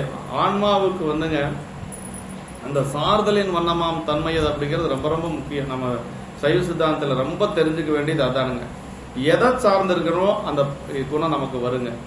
அதனாலதான் அடியார்களை சார்ந்து இருக்கணும்னு அப்படி சொல்றது. நமக்கு இப்ப நம்ம குழந்தைகளே எடுத்துக்கங்களேன், எந்த சேரக்கூடிய குழந்தைகளுடைய குணம் குழந்தைகளுக்கு வந்துடும். அதுக்கு என்ன காரணம்னா அந்த குழந்தைக்கு காரணம் அல்ல, ஆன்மாவனுடைய குணமே அதுதான். அதனாலதான் நல்ல குழந்தைகளோட சேர விடணும் அப்படின்னு சொல்லி சொல்றதுங்க. அதான் சார்தலின் வண்ணமாம் தன்மையுடையது என்று சொல்லி சொல்றார். குருவை மறப்பது நன்றி மறப்பதாகும் என்று சொல்லி சொல்றார். அதான் நம்முடைய நம்பிகள் சொல்றார், மீளா அடிமை உமக்கே ஆளாய் பிறரை வேண்டாதே. மீளா அடிமைனா இப்ப பெத்தத்திலையும் சரி, நாளைக்கு முக்தியிலையும் சரி, நம்ம அடிமை தான். நமக்கு தற்சுதந்திரம் கிடையாது. இப்ப ஏகாத்மவாதி என்ன சொல்றாங்க அப்படின்னா, அதாவது நாமே அதுவாக மாறுவது அப்படின்னு சொல்லி சொல்றாங்க. அப்படி இல்லவே இல்லைங்க. அதாவது என்னைக்கும் அவன் ஆண்டவன், நாம் அவனுடைய அடிமை. ஆனா ஏகாத்மவாதத்துல ரெண்டும் ஒண்ணு அப்படிங்கிறது தான். முக்தி காலத்துல ஆன்மா சிவமும் ஒன்றுதான், ஆன்மாவே சிவமா மாறுது அப்படின்னு சொல்லி சொல்றாங்க. அது நம்ம சைவ சித்தாந்தம் அதை ஏற்றுக்கொள்வது இல்லை. சைவத்துல அந்த மாதிரி இல்லைங்க. எப்பொழுதும் அடிமை தான். மேலா அடிமை உமக்கே ஆளாய் அப்படிங்கிறது தான் நமக்கு எப்பொழுது. அங்கேயும் அவன் தான் எஜமான், நம்ம அடிமை தான். இன்பத்தை கொடுக்கக்கூடிய பொருள் இறைவன், இன்பத்தை அனுபவிக்கக்கூடிய பொருள் ஆன்மா. அவன் பெருமானுக்கு என்ன வேலை அப்படின்னா இன்பத்தை கொடுப்பது. நமக்கு என்ன வேலை? அந்த இன்பத்தை அனுபவிப்பது. முக்தியிலையும் அதான் நடக்கும். சுந்தரமூர்த்தி சாமிகள் அதான் பாடியிருக்கிறார். சிவஞான போதம் கேட்டற்கு உரிய அதிகாரிகள் யார் அப்படின்னு சொல்லி சொல்றாரு. யாரு கேட்க முடியும் அப்படின்னு சொல்லி சொல்றாருங்க. அதாவது இந்த நூலெல்லாம் நம்ம படிக்கிறதுக்கு முதல்ல பண்டை தவம் வேணுங்க அப்படின்னு எங்க சொல்லுதுன்னா சித்தியார்ல சொல்லுது. சித்தியார் என்ன சொல்லுதுன்னா, இப்ப சிவஞான போதம் எடுத்துக்கங்க, சிவஞான சித்தியார் எடுத்துக்கங்க, சாத்திர நூலும் சரி, அதே மாதிரி தோத்திர நூல்களும் சரி, இதெல்லாம் நாம எப்ப படிக்க முடியும் அப்படின்னா அந்த ஒரு தவம் இருந்தா தான் படிக்க முடியும். அதுவும் 3 வகையான ஆன்மாக்கள்ல அதாவது ஒரு முத்த ஆன்மாக்கள் இருக்கிறாங்க பாருங்க, அவங்களுக்கு இந்த நூலெல்லாம் தேவையில்லை. அவங்க பெருமானே அவங்களுக்கு உன்னென்று உணர்த்தி கூட்டிட்டு போயிடுவார். அப்புறம் உலகியல் இருக்கிறாங்க பாருங்க, கண்டதே காட்சி கொண்டதே கோலன், அவனுக்கு நூல் தேவையில்லை, அவனுக்காக நூல் செய்யவும் இல்லை. உமாதி சிவாச்சாரியார் சொல்றாரு, சித்தியார் யாருக்கு செஞ்சது அப்படிங்கறத சொல்றாரு. பண்டைனர் தவத்தால் தோன்றி பரமனை பத்தி செய்யும் தொண்டரை தாமே தூய கதியில் தொகுப்பன் அப்படின்னா, போன பிறப்பிலேயே பெருமான் திருவடியிலிருந்து வந்தாங்க பாருங்க, ஞான சம்பந்த பெருமான், நாவுக்கரசு பெருமான், நம்முடைய நாயன்மார்கள். பண்டு திருவடி மறவா பான்மையோர் யாரு? ஞான சம்பந்த பெருமான்.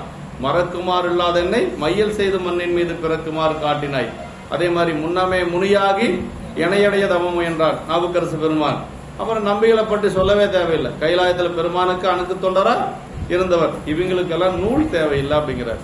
அதான் சொல்றார், பண்டைனர் தவத்தால் தோன்றி பரமனை பத்தி பண்ணும் தொண்டரை தாமே தூய கதியில் தொகுப்பன் அப்படின்ட்டார். சாமியே அவங்களை என்ன பண்ணுவாரு? மேல கூட்டிட்டு போயிடுவார். அவங்களுக்கு நூல் எல்லாம் தேவையில்லை. ஞான சம்பந்த பெருமானம் நாயன்மார்கள் எல்லாம் இப்படி உட்கார்ந்து பாடம் எல்லாம் கேட்கணுங்கிற அவசியம் அவங்களுக்கு இல்லை. சாமியே உள்ள இருந்து உணர்த்துவார். அவங்க எல்லாம் போன பிறப்பிலேயே பெருமான் திருவடியில் இருந்தவர்கள். ஏன் இந்த மண்ணுலகத்துக்கு வந்தாங்க அப்படின்னா, நம்ம எல்லாம் உய்வடைய செய்ய வேணுங்கிறதுக்காக வந்தாங்க. நாம எதுக்கு வந்தோம்னா வினையின் காரணமாக வந்தோம். ரெண்டுக்கு வித்தியாசம் இருக்குதுங்க. அவங்களும் நம்மள மாதிரிதான், நாமளும் அவங்கள மாதிரிதான் நம்ம மயங்கிட்டு இருக்க கூடாது. நம்ம வந்தது நம்ம செய்த வினையின் காரணமாக, அவர்கள் வந்தது நம்மை ஆட்கொள்ளுவதற்காக வந்தாங்க.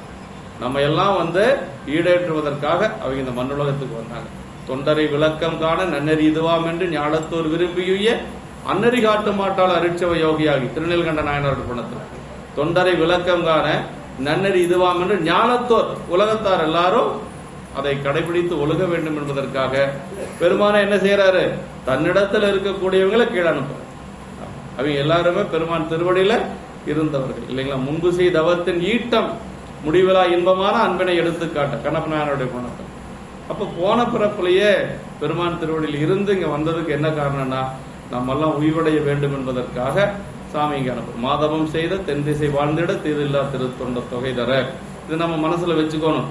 நம்மளும் மண் உலகத்துல வந்திருக்கிறோம், அவங்களும் மண் உலகத்துல வந்திருக்கிறாங்க, அதனால நம்மளும் அவங்களும் ஒன்னா அப்படின்ட்டு நாம நினைச்சிட்டு இருக்க கூடாது. அவங்க வேறு, நம்மளுடைய நிலை வேறு அப்படிங்கறத நம்ம நல்லா தெரிஞ்சுக்கணும். அப்ப சொல்றாரு, ஒன்னு சொல்லிட்டாரா, பண்டையினர் தவத்தால் தோன்றி பரமனை பத்தி செய்யும் தொண்டரை தாமே தூய கதியில் தொகுப்பன். அவங்களுக்கு நூல் எல்லாம் தேவையில்லை, அவங்களுக்கு நான் அந்த நூல் செய்யல அப்படின்ட்டாரு. யாரு? சித்தியார் ஆசிரியர் சொல்றாரு, அண்ணன் சிவாச்சாரியார். அப்புறம் மார்க்கர் அப்படின்னாரு. மார்க்கர்னா இந்த உலகில் இருக்கக்கூடியவங்க, ஏதாவது நமக்கு இதெல்லாம் எதுக்கப்பா, நல்லா சாப்பிடலாம், நல்ல மகிழ்ச்சியா இருக்கலாம், நல்ல ஒரு பொழுதுபோக்குக்கு போகலாம், இது மட்டும்தான் நமக்கு போதும், இதே போதும் அப்படின்னு இருக்கிறவங்களுக்கு இந்த நூல் செய்யல அப்படின்ட்டாரு. அப்புறம் யாருக்கு செஞ்சேன்னு சொல்றாரு பாருங்க, கண்ட நூல் ஓதி வீடு காதலிப்போருக்கு.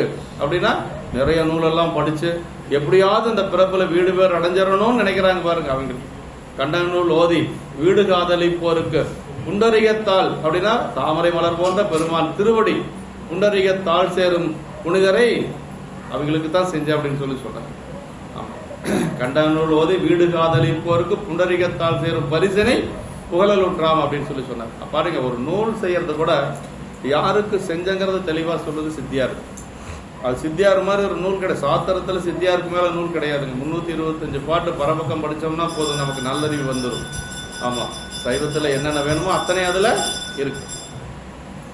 அப்ப அதே மாதிரிதான் சித்தியார் சொல்லுது அப்படின்னா, திருமுறைகளும் அதே மாதிரிதான். நமக்கு யாருக்காக செய்யப்பட்டது, நம்மளை நாம ஈடேற்றி கொள்ளுவதற்காக அருளாளர்கள் மூலமாக இறைவன் நமக்கு கொடுத்திருக்கிறது தான்.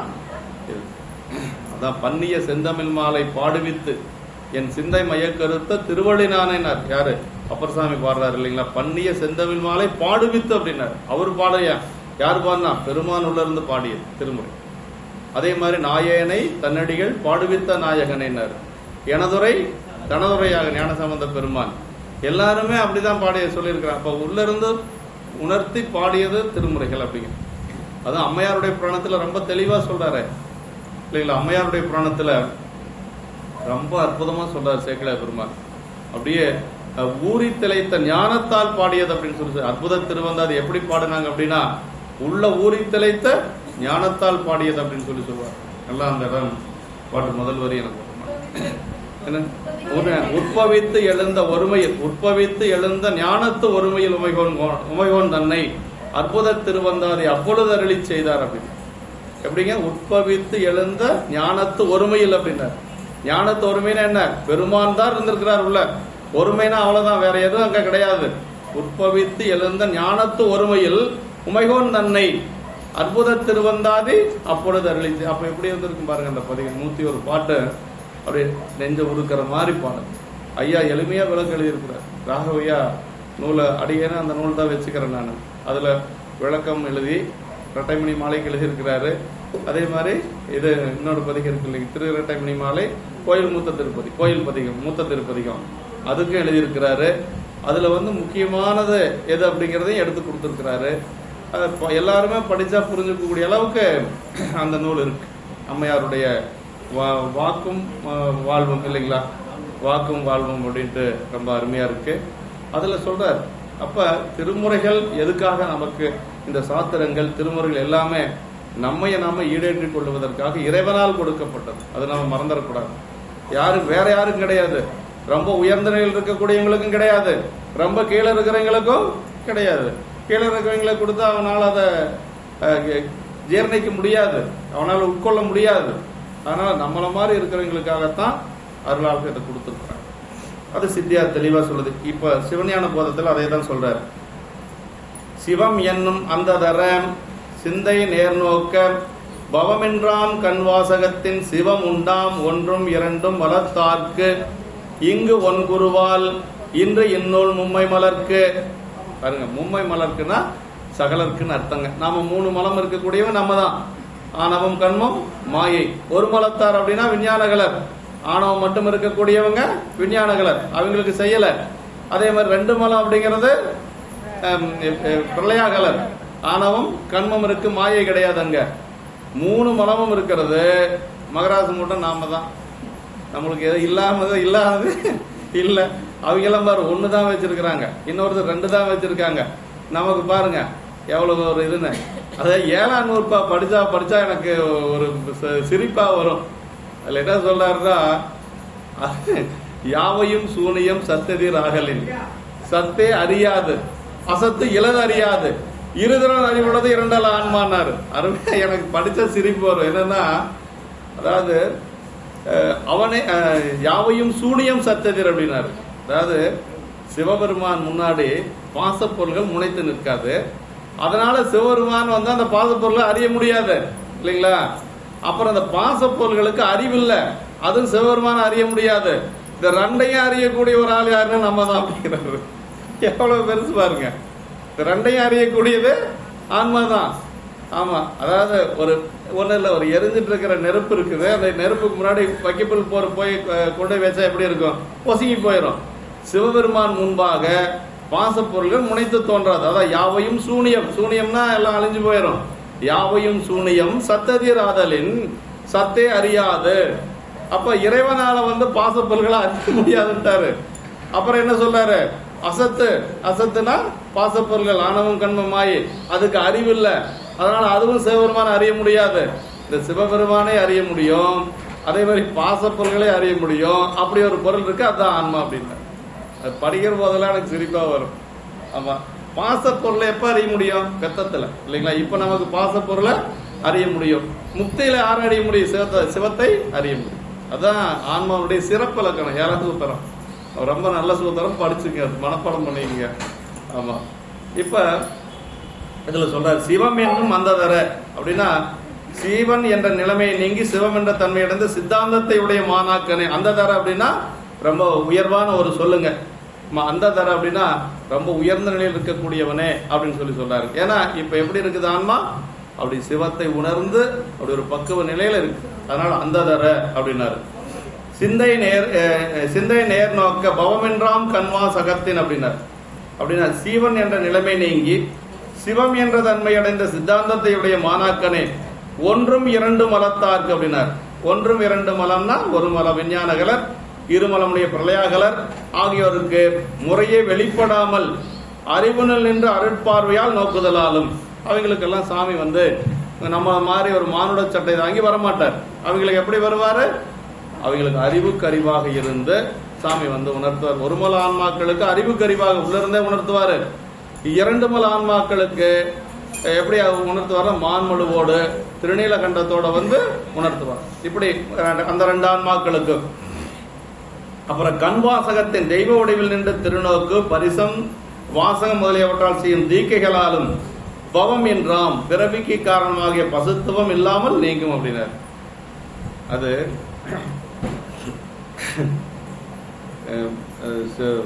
தியாகராஜைய சொன்னது நான் உங்கள்கிட்ட சொல்றேன், வேற ஒன்றும் இல்லை. தியாகராஜையெல்லாம் சின்ன வயசுல இருந்து அவங்க எல்லாம் திருக்கூட்ட ஆரம்பிச்சு ஒரு சின்ன பிள்ளைகளா இருக்கிற பொழுது அவங்க எல்லாம் திருமுறையெல்லாம் படிச்சுட்டு இருப்பாங்களாம். அப்போ வந்து அவங்க குருநாதர்லாம் இல்லை, குருநாதர் கிடையாது. அவங்களே போக வேண்டியது, திருக்கோயில் போய் வழிபாடு செய்ய வேண்டியது, இப்படி எல்லாம் பண்ணிட்டு இருப்பாங்க. அப்போ வந்து குமரலிங்க ஐயா வந்து சரி ஒரு நிறைய இளைஞர்கள்லாம் இருக்கிறாங்க அப்படின்ட்டு அவர் என்ன பண்ணுவார்? பைக்கிலேயே அங்கேருந்து வருவார். பைக்கில் வந்து இவங்களையெல்லாம் சேர்த்தி வச்சு அப்போ வந்து ஆடலர் செய்யாதான் இங்கே வந்து எல்லாத்துக்கும் தீக்க கொடுத்துட்டு இருப்பார். ஒளியர் செய்யாவுடைய அப்பா ஆடலர் செய்ய முதல்ல கோயம்புத்தூர் வந்து தீக்க கொடுப்பார். அங்கே கற்பகம் கல்லூரியில் தான் அப்போ எல்லாமே நடக்கும். வசந்தகுமார் ஐயா தான் அதெல்லாம் ஏற்பாடு பண்ணுவாங்க. அப்படி வந்து குமரலிங்கய்யா சொல்லுவாராம், இந்த மாதிரி குருநாதர் இருக்கிறாரு, அவர் பேர் ஆடலர் செய்யா, அவர் தீக்கையெல்லாம் கொடுக்குறாரு, இந்த மாதிரி நீங்கள்லாம் தீக்க வாங்கிங்கன்னா இவர் சொல்லுவாராம். தியாகராஜ் என்ன சொல்லுவாரா? தியாகராஜா சொன்னதை நான் சொல்கிறேன். நாம் இருக்கிறோம், சாமி இருக்கிறாரு, நம்மளுக்குள்ள எதுக்கு ஏஜென்ட் அப்படின்பாரு. நம்மளுக்குள்ள எதுக்கு ஒரு மீடியேட்டரு? சாமி இருக்காரு, நாம இருக்கிறோம் அப்படின்னு. அப்படி இருந்தவர் இன்னைக்கு எந்த அளவுக்கு இருக்கிறாருன்னா, குருநாதருடைய ஒரு உபதேசம் ரொம்ப முக்கியம். குருநாதருடைய வழிகாட்டுதல் ரொம்ப முக்கியம். எதுக்காக சொல்றேன்னா, அதாவது ஆன்மா குருநாதரை முதல்ல தேடி கண்டுபிடிக்கிறதே நமக்கு பெரிய வேலை. அதுக்கே நிறைய புண்ணியம் வேணும். அப்படி ஆடலர் செய்ய மூலமா தான் அவங்க எல்லாம் இது வாங்கினாங்க. அப்புறம் இப்போ ஒளியர் செய்ய அந்த பணி அப்படி செஞ்சுட்டு இருக்கிறாங்க. அப்படி போயிட்டு இருக்குன்னு வச்சுங்களேன். எதுக்காக ஒரு உதாரணத்துக்காக நான் சொல்றேன். அப்படின்னா குருநாதர் நமக்கு உபதேசம் செய்கின்ற பொழுது நம்முடைய வினைகள் நீங்கும். அரை வேலை நம்ம குருநாதரை எடுத்துக்கலாம், அது வேற. அது எப்படி பார்க்கணும்னு நம்ம அவங்ககிட்ட இருக்கிற குறையெல்லாம் நம்ம பார்த்துட்டு இருக்கக்கூடாது. அவங்க நமக்கு பெருமான் அவங்க வடிவத்துல வந்திருக்கிறாரு அப்படிங்கிறத நம்ம பார்க்கணும். அதான் சொல்றாரு இதுல, பிறவிக்கு காரணமாகிய பசுத்துவம் இல்லாமல் நீங்கும் தெய்வ வடிவில் நின்று திருநோக்கு. அதாவது தீட்சையில் என்ன நடக்குதுன்னு பாருங்க. திருநோக்கு முதல்ல பார்க்கிறார் இல்லையா, நம்மளை ஏற இறங்க பார்ப்பாங்க. அதுக்கு பேரு நயன தீட்சைன்னு பேரு. குருநாதருடைய அருட்பார்வை நம்ம மேல படுறது புண்ணியம். நீங்க ஒண்ணுமே பண்ண வேண்டாம், அவர் ஒண்ணும் பேச வேண்டாம், நம்மளை தொட வேண்டாம், அப்படி பார்வை பார்த்தாவே போதும் நமக்கு. அதுக்கு பேரு சச்சு தீட்சை, இல்லைன்னா நயன தீட்சை அப்படின்னு சொல்லி பேருங்க. அதாவது என்னன்னா ஆமை முட்டை விடுவது போல. அப்படி ஆமை ஆமா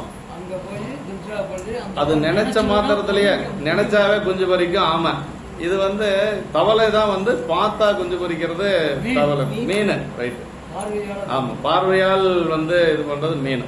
அது மாதிரி குருநாதர் எப்படின்னா பார்வையின் மூலமாகவே நம்முடைய மலங்களை நீக்கும். அதான் நமக்கு கண்ணப்ப நாயனாருக்கு ஆனது. அதுதான் முன்பு திருக்காலத்தின் முதல்வனார் அருள் நோக்கால் இன்புருவே தகத்து இரும்பு பொன்னானால் போல் யாக்கை தன் பரிசு வினையிரண்டு சாதுமல 3 மர அன்பு விளம்பாய் திரிவார் அவர் கருத்தின் அளவினரோ அப்படின்னு கடைசியா முடிச்சு காட்டுறாரு. எப்படி முடிஞ்ச ஆச்சு அப்படிங்கறத கடைசியா முடிச்சு காட்டுறாரு. அங்க நடந்தது எல்லாமே என்னன்னா திருநோக்கம் மட்டும்தான். திங்கள் சேர் சடையாதம்மை சென்றவர் காணா முன்னே அங்கனர் கருணை கூர்ந்த அருட்திரு நோக்கம் எய்த என்னாச்சு, தங்கிய பவத்தின் முன்னை சார்பு விட்டு அகல நீங்கினார். பொங்கிய ஒளியின் நீளல் பொறிவில் அன்புருவமானார். அப்ப அவங்களுடைய திருப்பார்வை நம்ம மேல படணும். ஞானியர்கள்ட்ட எல்லாம் போய் நம்ம ஏன் ஆசீர்வாதம் வாங்கணும்னா அவங்க திருப்பார்வை நம்ம மேல படணும். அப்புறம் அவங்களுடைய கை திருநீர் ஏன் வாங்கணும்னா பூசிவிட சொல்லணும், கையில வாங்கக்கூடாது. கையில வாங்குறது அவ்வளவு சிறப்பு இல்லை. பெரியவங்க கிட்ட பூசிவிட சொல்லணும். அவங்க திருநீரை வச்சு விடணும், இல்லைன்னா பூசி விடணும். அவங்க அவங்களுடைய அங்க நம்ம மேல படணும். அப்புறம் அதுக்கு மேல வாசக தீட்சை இதெல்லாம் குருநாதர் எல்லாம் செய்வாங்க. அப்படி அருட்பார்வையால் நோக்குவது ஒன்று. கண்வா தெய்வ வடிவில் நின்று திருநோக்கு பரிசம். அப்புறம் வாசகம் முதலியவற்றால் செய்யும் தீக்கைகள். வாசகம் அப்படிங்கிறது மந்திர உபதேசம் இல்லைங்களா. மந்திர உபதேசம் பக்குவத்துக்கு ஏற்றாறு போல ஒரு சிலருக்கு நமசிவாயம் சொல்லுவாங்க, ஒரு சிலருக்கு சிவாய நம்ம சொல்லுவாங்க, ஒரு சிலருக்கு சிவய சிவ சொல்லுவாங்க. அது உங்களுடைய பக்குவத்தை பொறுத்து உங்களுக்கு என்ன கிடைக்குமோ அது கிடைக்கும். ஆமா, இப்படி பவம் என்ற பிறவிக்கு காரணமாகிய பசுத்துவம் இல்லாமல் நீங்கும். அப்படி குருநாதர் செஞ்சா என்ன ஆகும், நமக்கு அந்த பிறவி நீங்கும் அப்படின்னு சொல்லி சொல்றாருங்க. சிவம் உண்டாம், சிவமாம் தன்மை ஏற்படும். இவ்விருவருக்கும் சிவஞான போத நூல் வேண்டுவதில்லை. யார் 2 பேருக்கு வேண்டியதில்லை. ஒரு மல ஆன்மாக்களுக்கும் 2 மல ஆன்மாக்களுக்கும் சிவஞான போதமெல்லாம் எதுவும் நூல் தேவையில்லை. அது சித்தியார தெளிவா சொல்லிடுச்சு, அவங்களுக்கு தேவையில்லை. இதெல்லாமே யாருக்காக, நமக்காகத்தான். திருமுறைகளும் சரி, சைவ சித்தாந்தமும் சரி, எல்லாமே நமக்காகத்தான். இக்காலத்தில் சிவஞான போதமாக இன்னொரு ஞான நூல் இங்கு ஒன்புருவால் இவ்வுலகத்தில் அனுபவமுடைய ஞானாசிரியரால் போதிக்கப்படும்.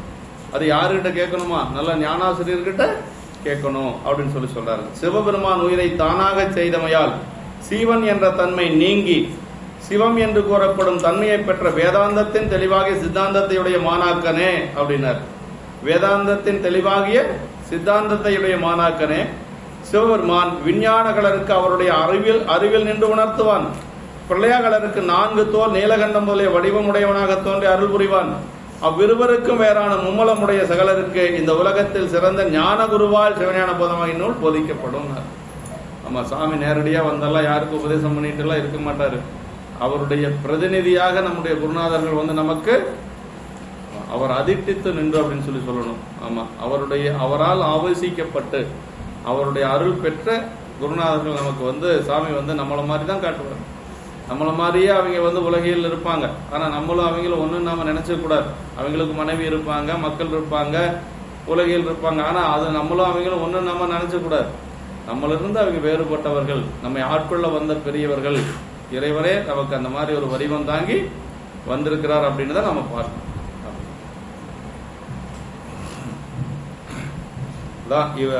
மும்மலமுடைய சகலருக்கு இந்த உலகத்தில் சிறந்த ஞான குருவால் சிவஞான போதமாக இந்நூல் போதிக்கப்படுனார்.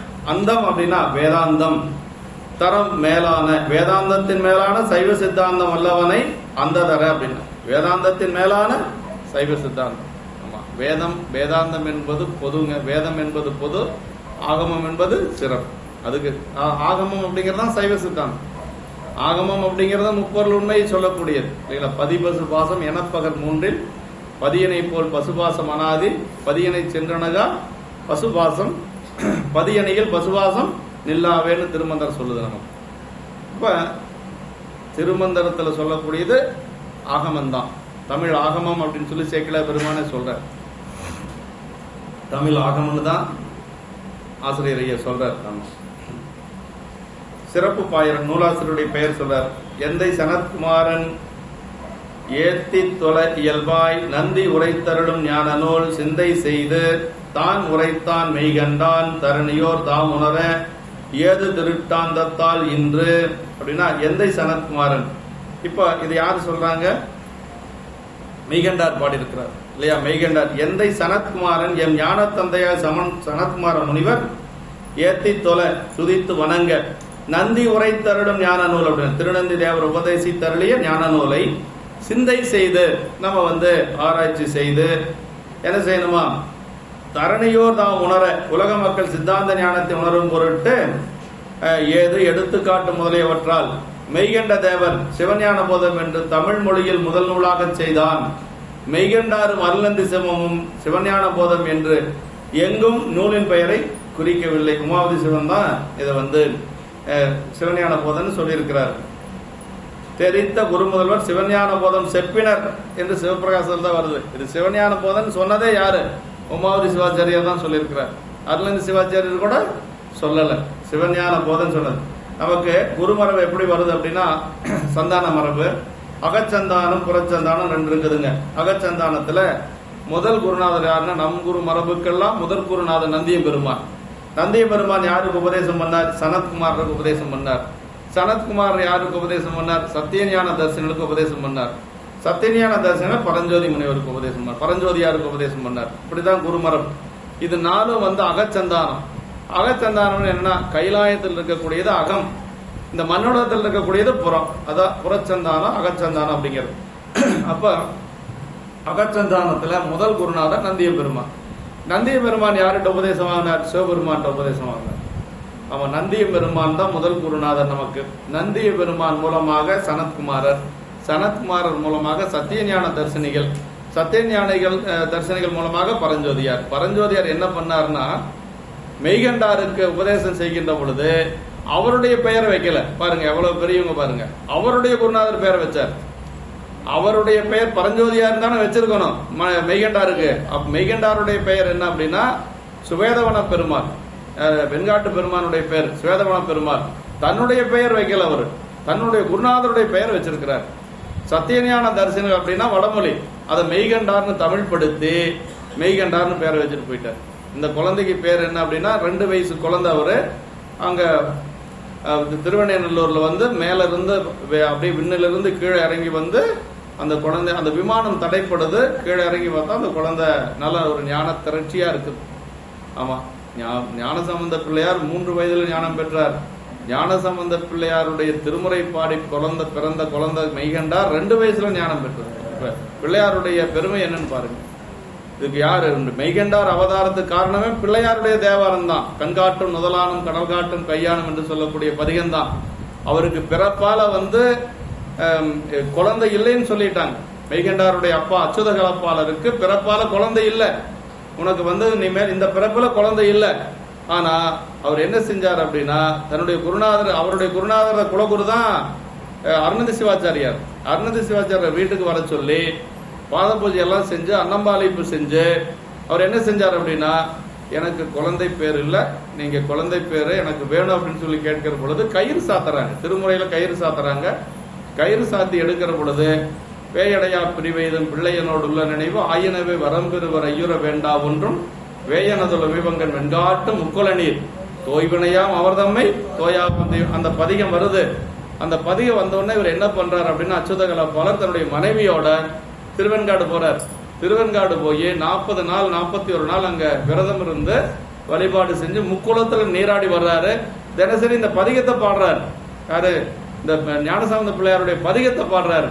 அப்படி பாடிட்டு இருக்கிற பொழுது பெருமான் ஒரு நாள் கனவுல வந்து, இந்த பிறப்புல உனக்கு குழந்தை பேர் இல்லை, நீ ஏன் இவ்வளவு உடம்ப வருத்தி இங்க இருக்கிறீங்க அப்படின்னு கேட்கிற பொழுது அவர் என்ன சொன்னார்னா, அச்சுத கலப்பாளர், எனக்கு இந்த பிறப்புல குழந்தை இல்லைங்கிறது தெரியும், ஆனா ஞான சம்பந்த பெருமானுடைய வாக்கு போய் போகாது. அவர் சொல்லியிருக்கிறாரு, வேயடையா பிரிவெய்தும் பிள்ளையனோடு உள்ள நினைவு ஆயிரவே வரம் பெறுவர் ஐயுற வேண்டா ஒன்றும் அடித்து சொல்லியிருக்கிறார். சத்திய வாக்கு. அதனால எனக்கு பிள்ளை பிறகுன்னு பெருமான்கிட்டயே சொன்னார். அப்பதான் அவருக்கு வந்து அந்த பக்குவமான ஒரு குழந்தை மெய்கண்டார் அவதாரமானது. அவங்க 10 திங்கள் அந்த அம்மா அங்கேயே இருக்கிறாங்க. அதற்கு பிறகு அம்மா வீட்டில் வந்து குழந்தை பிறந்ததாக, வெண்ணெய்நல்லூர்ல பிறந்ததாக நமக்கு வரலாறு. அப்ப ஞானசம்பந்த பிள்ளையாருடைய தேவாரம் படிச்சு பிறந்த குழந்தை எப்படி இருக்குதுங்க? 2 வயசுலயே ஞானம் பெற்ற பிள்ளையாக மெய்கண்டார் நமக்கு கிடைச்சார். அப்படின்னா அதுக்கு காரணம் ஞானசம்பந்த பிள்ளையாருடைய தேவாரம். அதனாலதான் இந்த பதிகத்தை நம்பிக்கையோட படிச்சோம்னா கண்டிப்பா பிள்ளை பேரு கிடைக்கும் அப்படிங்கிறது ஒரு இது. தம்பிக்கு குழந்தை இல்லை, தம்பிக்கு குழந்தை இல்லாத போது 4 வருஷம் அவனுக்கு குழந்தை இல்லை. அப்ப திருவெண்காடு அழைச்சிட்டு போய் அந்த குளத்துல எல்லாம் நீராடி, அப்புறம் அங்கிருந்து இந்த கண்காட்டு முதலாளன் படிச்சதுக்கு பிறகுதான் பாப்பா பிறந்தா. அது எங்களுடைய இதுல குடும்பத்திலே ஒன்னாது இந்த மாதிரி இருக்கு. எங்களுக்கு 4 வருஷம் குழந்தை இல்லை. அப்போ வந்து இந்த பதிகம் வெண்காட்டு பதிகத்தை தினசரி பாராயணம் பண்ணுவோம். அது மாதிரி நம்பிக்கையோட நம்ம படிச்சா கண்டிப்பா பலன் கிடைக்கும். அதான் சொல்றார், தெரித்த குருமுதல்வர் சிவஞான போதம் செப்பினர். இது அகச்சந்தானம்ங்கிறது இதுதான். நந்திய பெருமான், அப்புறம் சனத்குமாரர், சத்தியஞான தரிசனிகள், பரஞ்சோதியார். புறச்சந்தானம்ங்கிறது மெய்கண்டார், அருணந்தி சிவாச்சாரியார், மறைஞான சம்பந்தர், உமாவதி சிவாச்சாரியார். இதுதான் புறச்சந்தானம். முதல்ல 2 சந்தானம் நமக்கு. அகம் புறம். அகம்னா என்ன? கைலாயம். புறம்னா மண்ணுலகம். இது 2ஐயும் நம்ம தெரிஞ்சுக்கணும். இந்த அளவுக்கு நம்ம வந்து சிவஞான போதம் நிறைவாகுது. அதாவது நான் என்ன சொல்றேன்னா, சைவ சித்தாந்தம் எழுத்தெண்ணி படிக்கணுங்கிற அவசியம் இல்லைங்க. அதே மாதிரி மனனம் செய்யக்கூடிய வேணுங்கிற அவசியமும் கிடையாது. தெரிஞ்சுக்கணும். ஆனா சைவ சித்தாந்தம் தெரிஞ்சுக்கணும். சித்தாந்தம் தெரிஞ்சாதான் திருமுறைகள் நம்ம அனுபவிச்சு படிக்க முடியும். ஒண்ணு திருமுறையை அனுபவிச்சு நல்லா அனுபவிச்சு படிக்கணும்னா சித்தாந்தம் கண்டிப்பா தெரியணுங்க. அப்பதான் படிக்க முடியும். ஒன்னும் இல்ல, திருக்கழுக்குன்ற பதிகத்துல ஒரு பாட்டு வருது பாருங்க. முதல் பாட்டு, பிணக்கில்லாத பெருந்துரை பெருமான் உன் நாமங்கள் பேசுவார்க்கு இனக்கில்லாததோர் இன்பமே வரும் துன்பமே துடைத்து எம்பிரான் உனக்கில்லாததோர் வித்து மேல் விளையாமல். என்ன சொல்றாரு? என் வினை ஒத்தவின் கணக்கில்லா திருக்கோலம் நீ வந்து காட்டினாய் கழுக்குன்றிலே. இது நீங்க எப்படி சித்தாந்தம் தெரிஞ்சாதான் அந்த பாட்டை முழுசு அனுபவிக்க முடியும். நீங்க இல்லைன்னா அனுபவிக்க முடியாது. சும்மா படிச்சா போதுமா? அவ்வளவு அருமையான பாட்டு. அவர் என்ன சொல்றாருன்னா, மணிவாசக பெருமான், பிணக்கில்லாத பெருந்துரை பெருமான் உன் நாமங்கள் பேசுவார்க்கு இணக்கில்லாத ஒரு இன்பமே வரும் அப்படின்னார். சாமியினுடைய திருவடியில சிந்திக்கக்கூடியவங்களுக்கு இன்பம் தான் வரும். அப்புறம் என்ன சொல்றாரு? இணக்கில்லா இன்பமே வரும் துன்பமே துடைத்து எம்பிரான் உனக்கில்லாததொரு வித்து மேல் விளையாமல் என் வினையொத்தவின் அப்படின்னார். சாமி வந்து குருநாதரா காட்சி கொடுத்தார் திருக்கழுக்குன்றத்துல. குருநாதரா எப்ப காட்சி கொடுத்தார் அப்படின்னா அதான் முக்கியம். என் வினை ஒத்தபின் அப்படின்னாரு. அப்படின்னா இருவினை ஒப்புன்னு அர்த்தங்க. இருவினை ஒப்புனா என்னன்னு தெரிஞ்சாதானே அதை பாட்டை அனுபவிக்க முடியும். என் வினை ஒத்தபின் அப்படின்னா இருவினை ஒப்பு. இருவினை ஒப்புனா என்ன? நன்மை வந்தாலும் சரி, ரொம்ப மகிழ்ச்சி இல்லாம, துன்பம் வந்தா ரொம்ப துவண்டு போகாம, 2 ஒன்று போலவே கருதுவது. அதான் இருவினை ஒப்பு. இருவினை ஒப்புனா 4 நல்வினை செய்யறோம், 4 தீவினை செய்யறோம், இதுக்கு அதுக்கு பேலன்ஸ் சரியா போச்சு. இன்னைக்கு ஒரு தீவனை செஞ்சுட்டோம்னு வைங்களேன், நாளைக்கு போய் நல்வினை செஞ்சா அது சரிப்படுத்தி, அதுக்கு பேரு இருவினை ஒப்பு கிடையாது. இருவினை ஒப்புனா என்னன்னா, எந்த நிலை வந்தாலும் அதுதான் கேடும் ஆக்கமும் கெட்ட திருவினார் சேக்கிழ பெருமான்.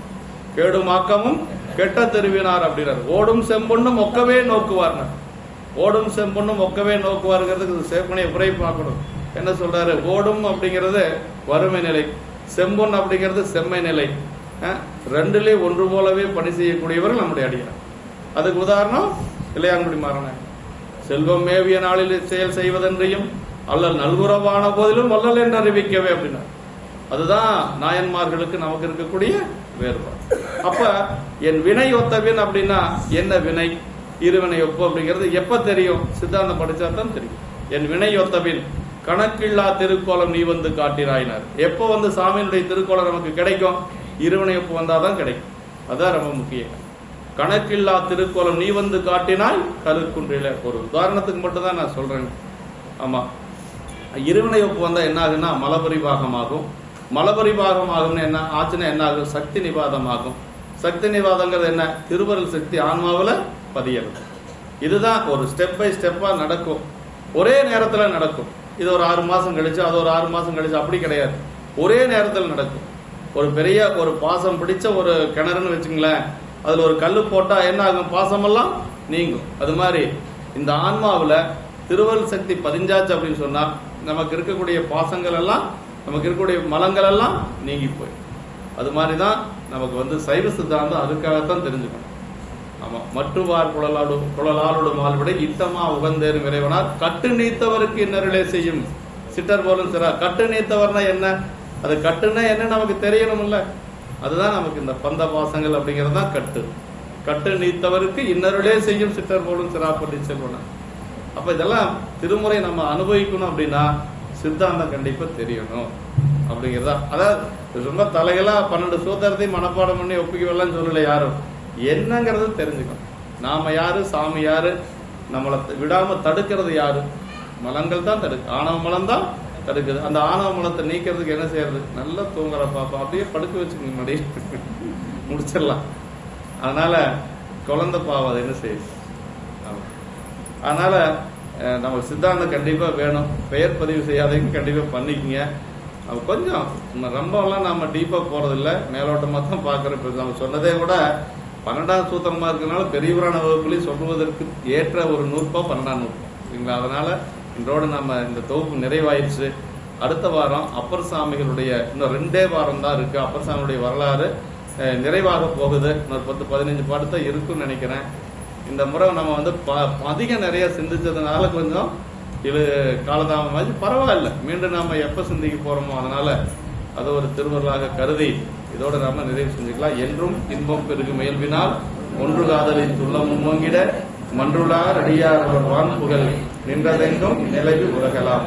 வான்முகில் வளாது பெய்க மலிவலம் சுரக்க மன்னன் கோன்முறை அரசு செய்க குறைவில்லாது உயிர்கள் வாழ்க அறங்கள் ஓங்க நற்றவம் வேலி மல்க மேன்மைகள் சைவநீதி விளங்குக உலகமெல்லாம். மேன்மைகள் சைவநீதி விளங்குக உலகமெல்லாம். மேன்மைகள் சைவநீதி விளங்குக உலகம். திருக்கூட்ட சிறப்பு.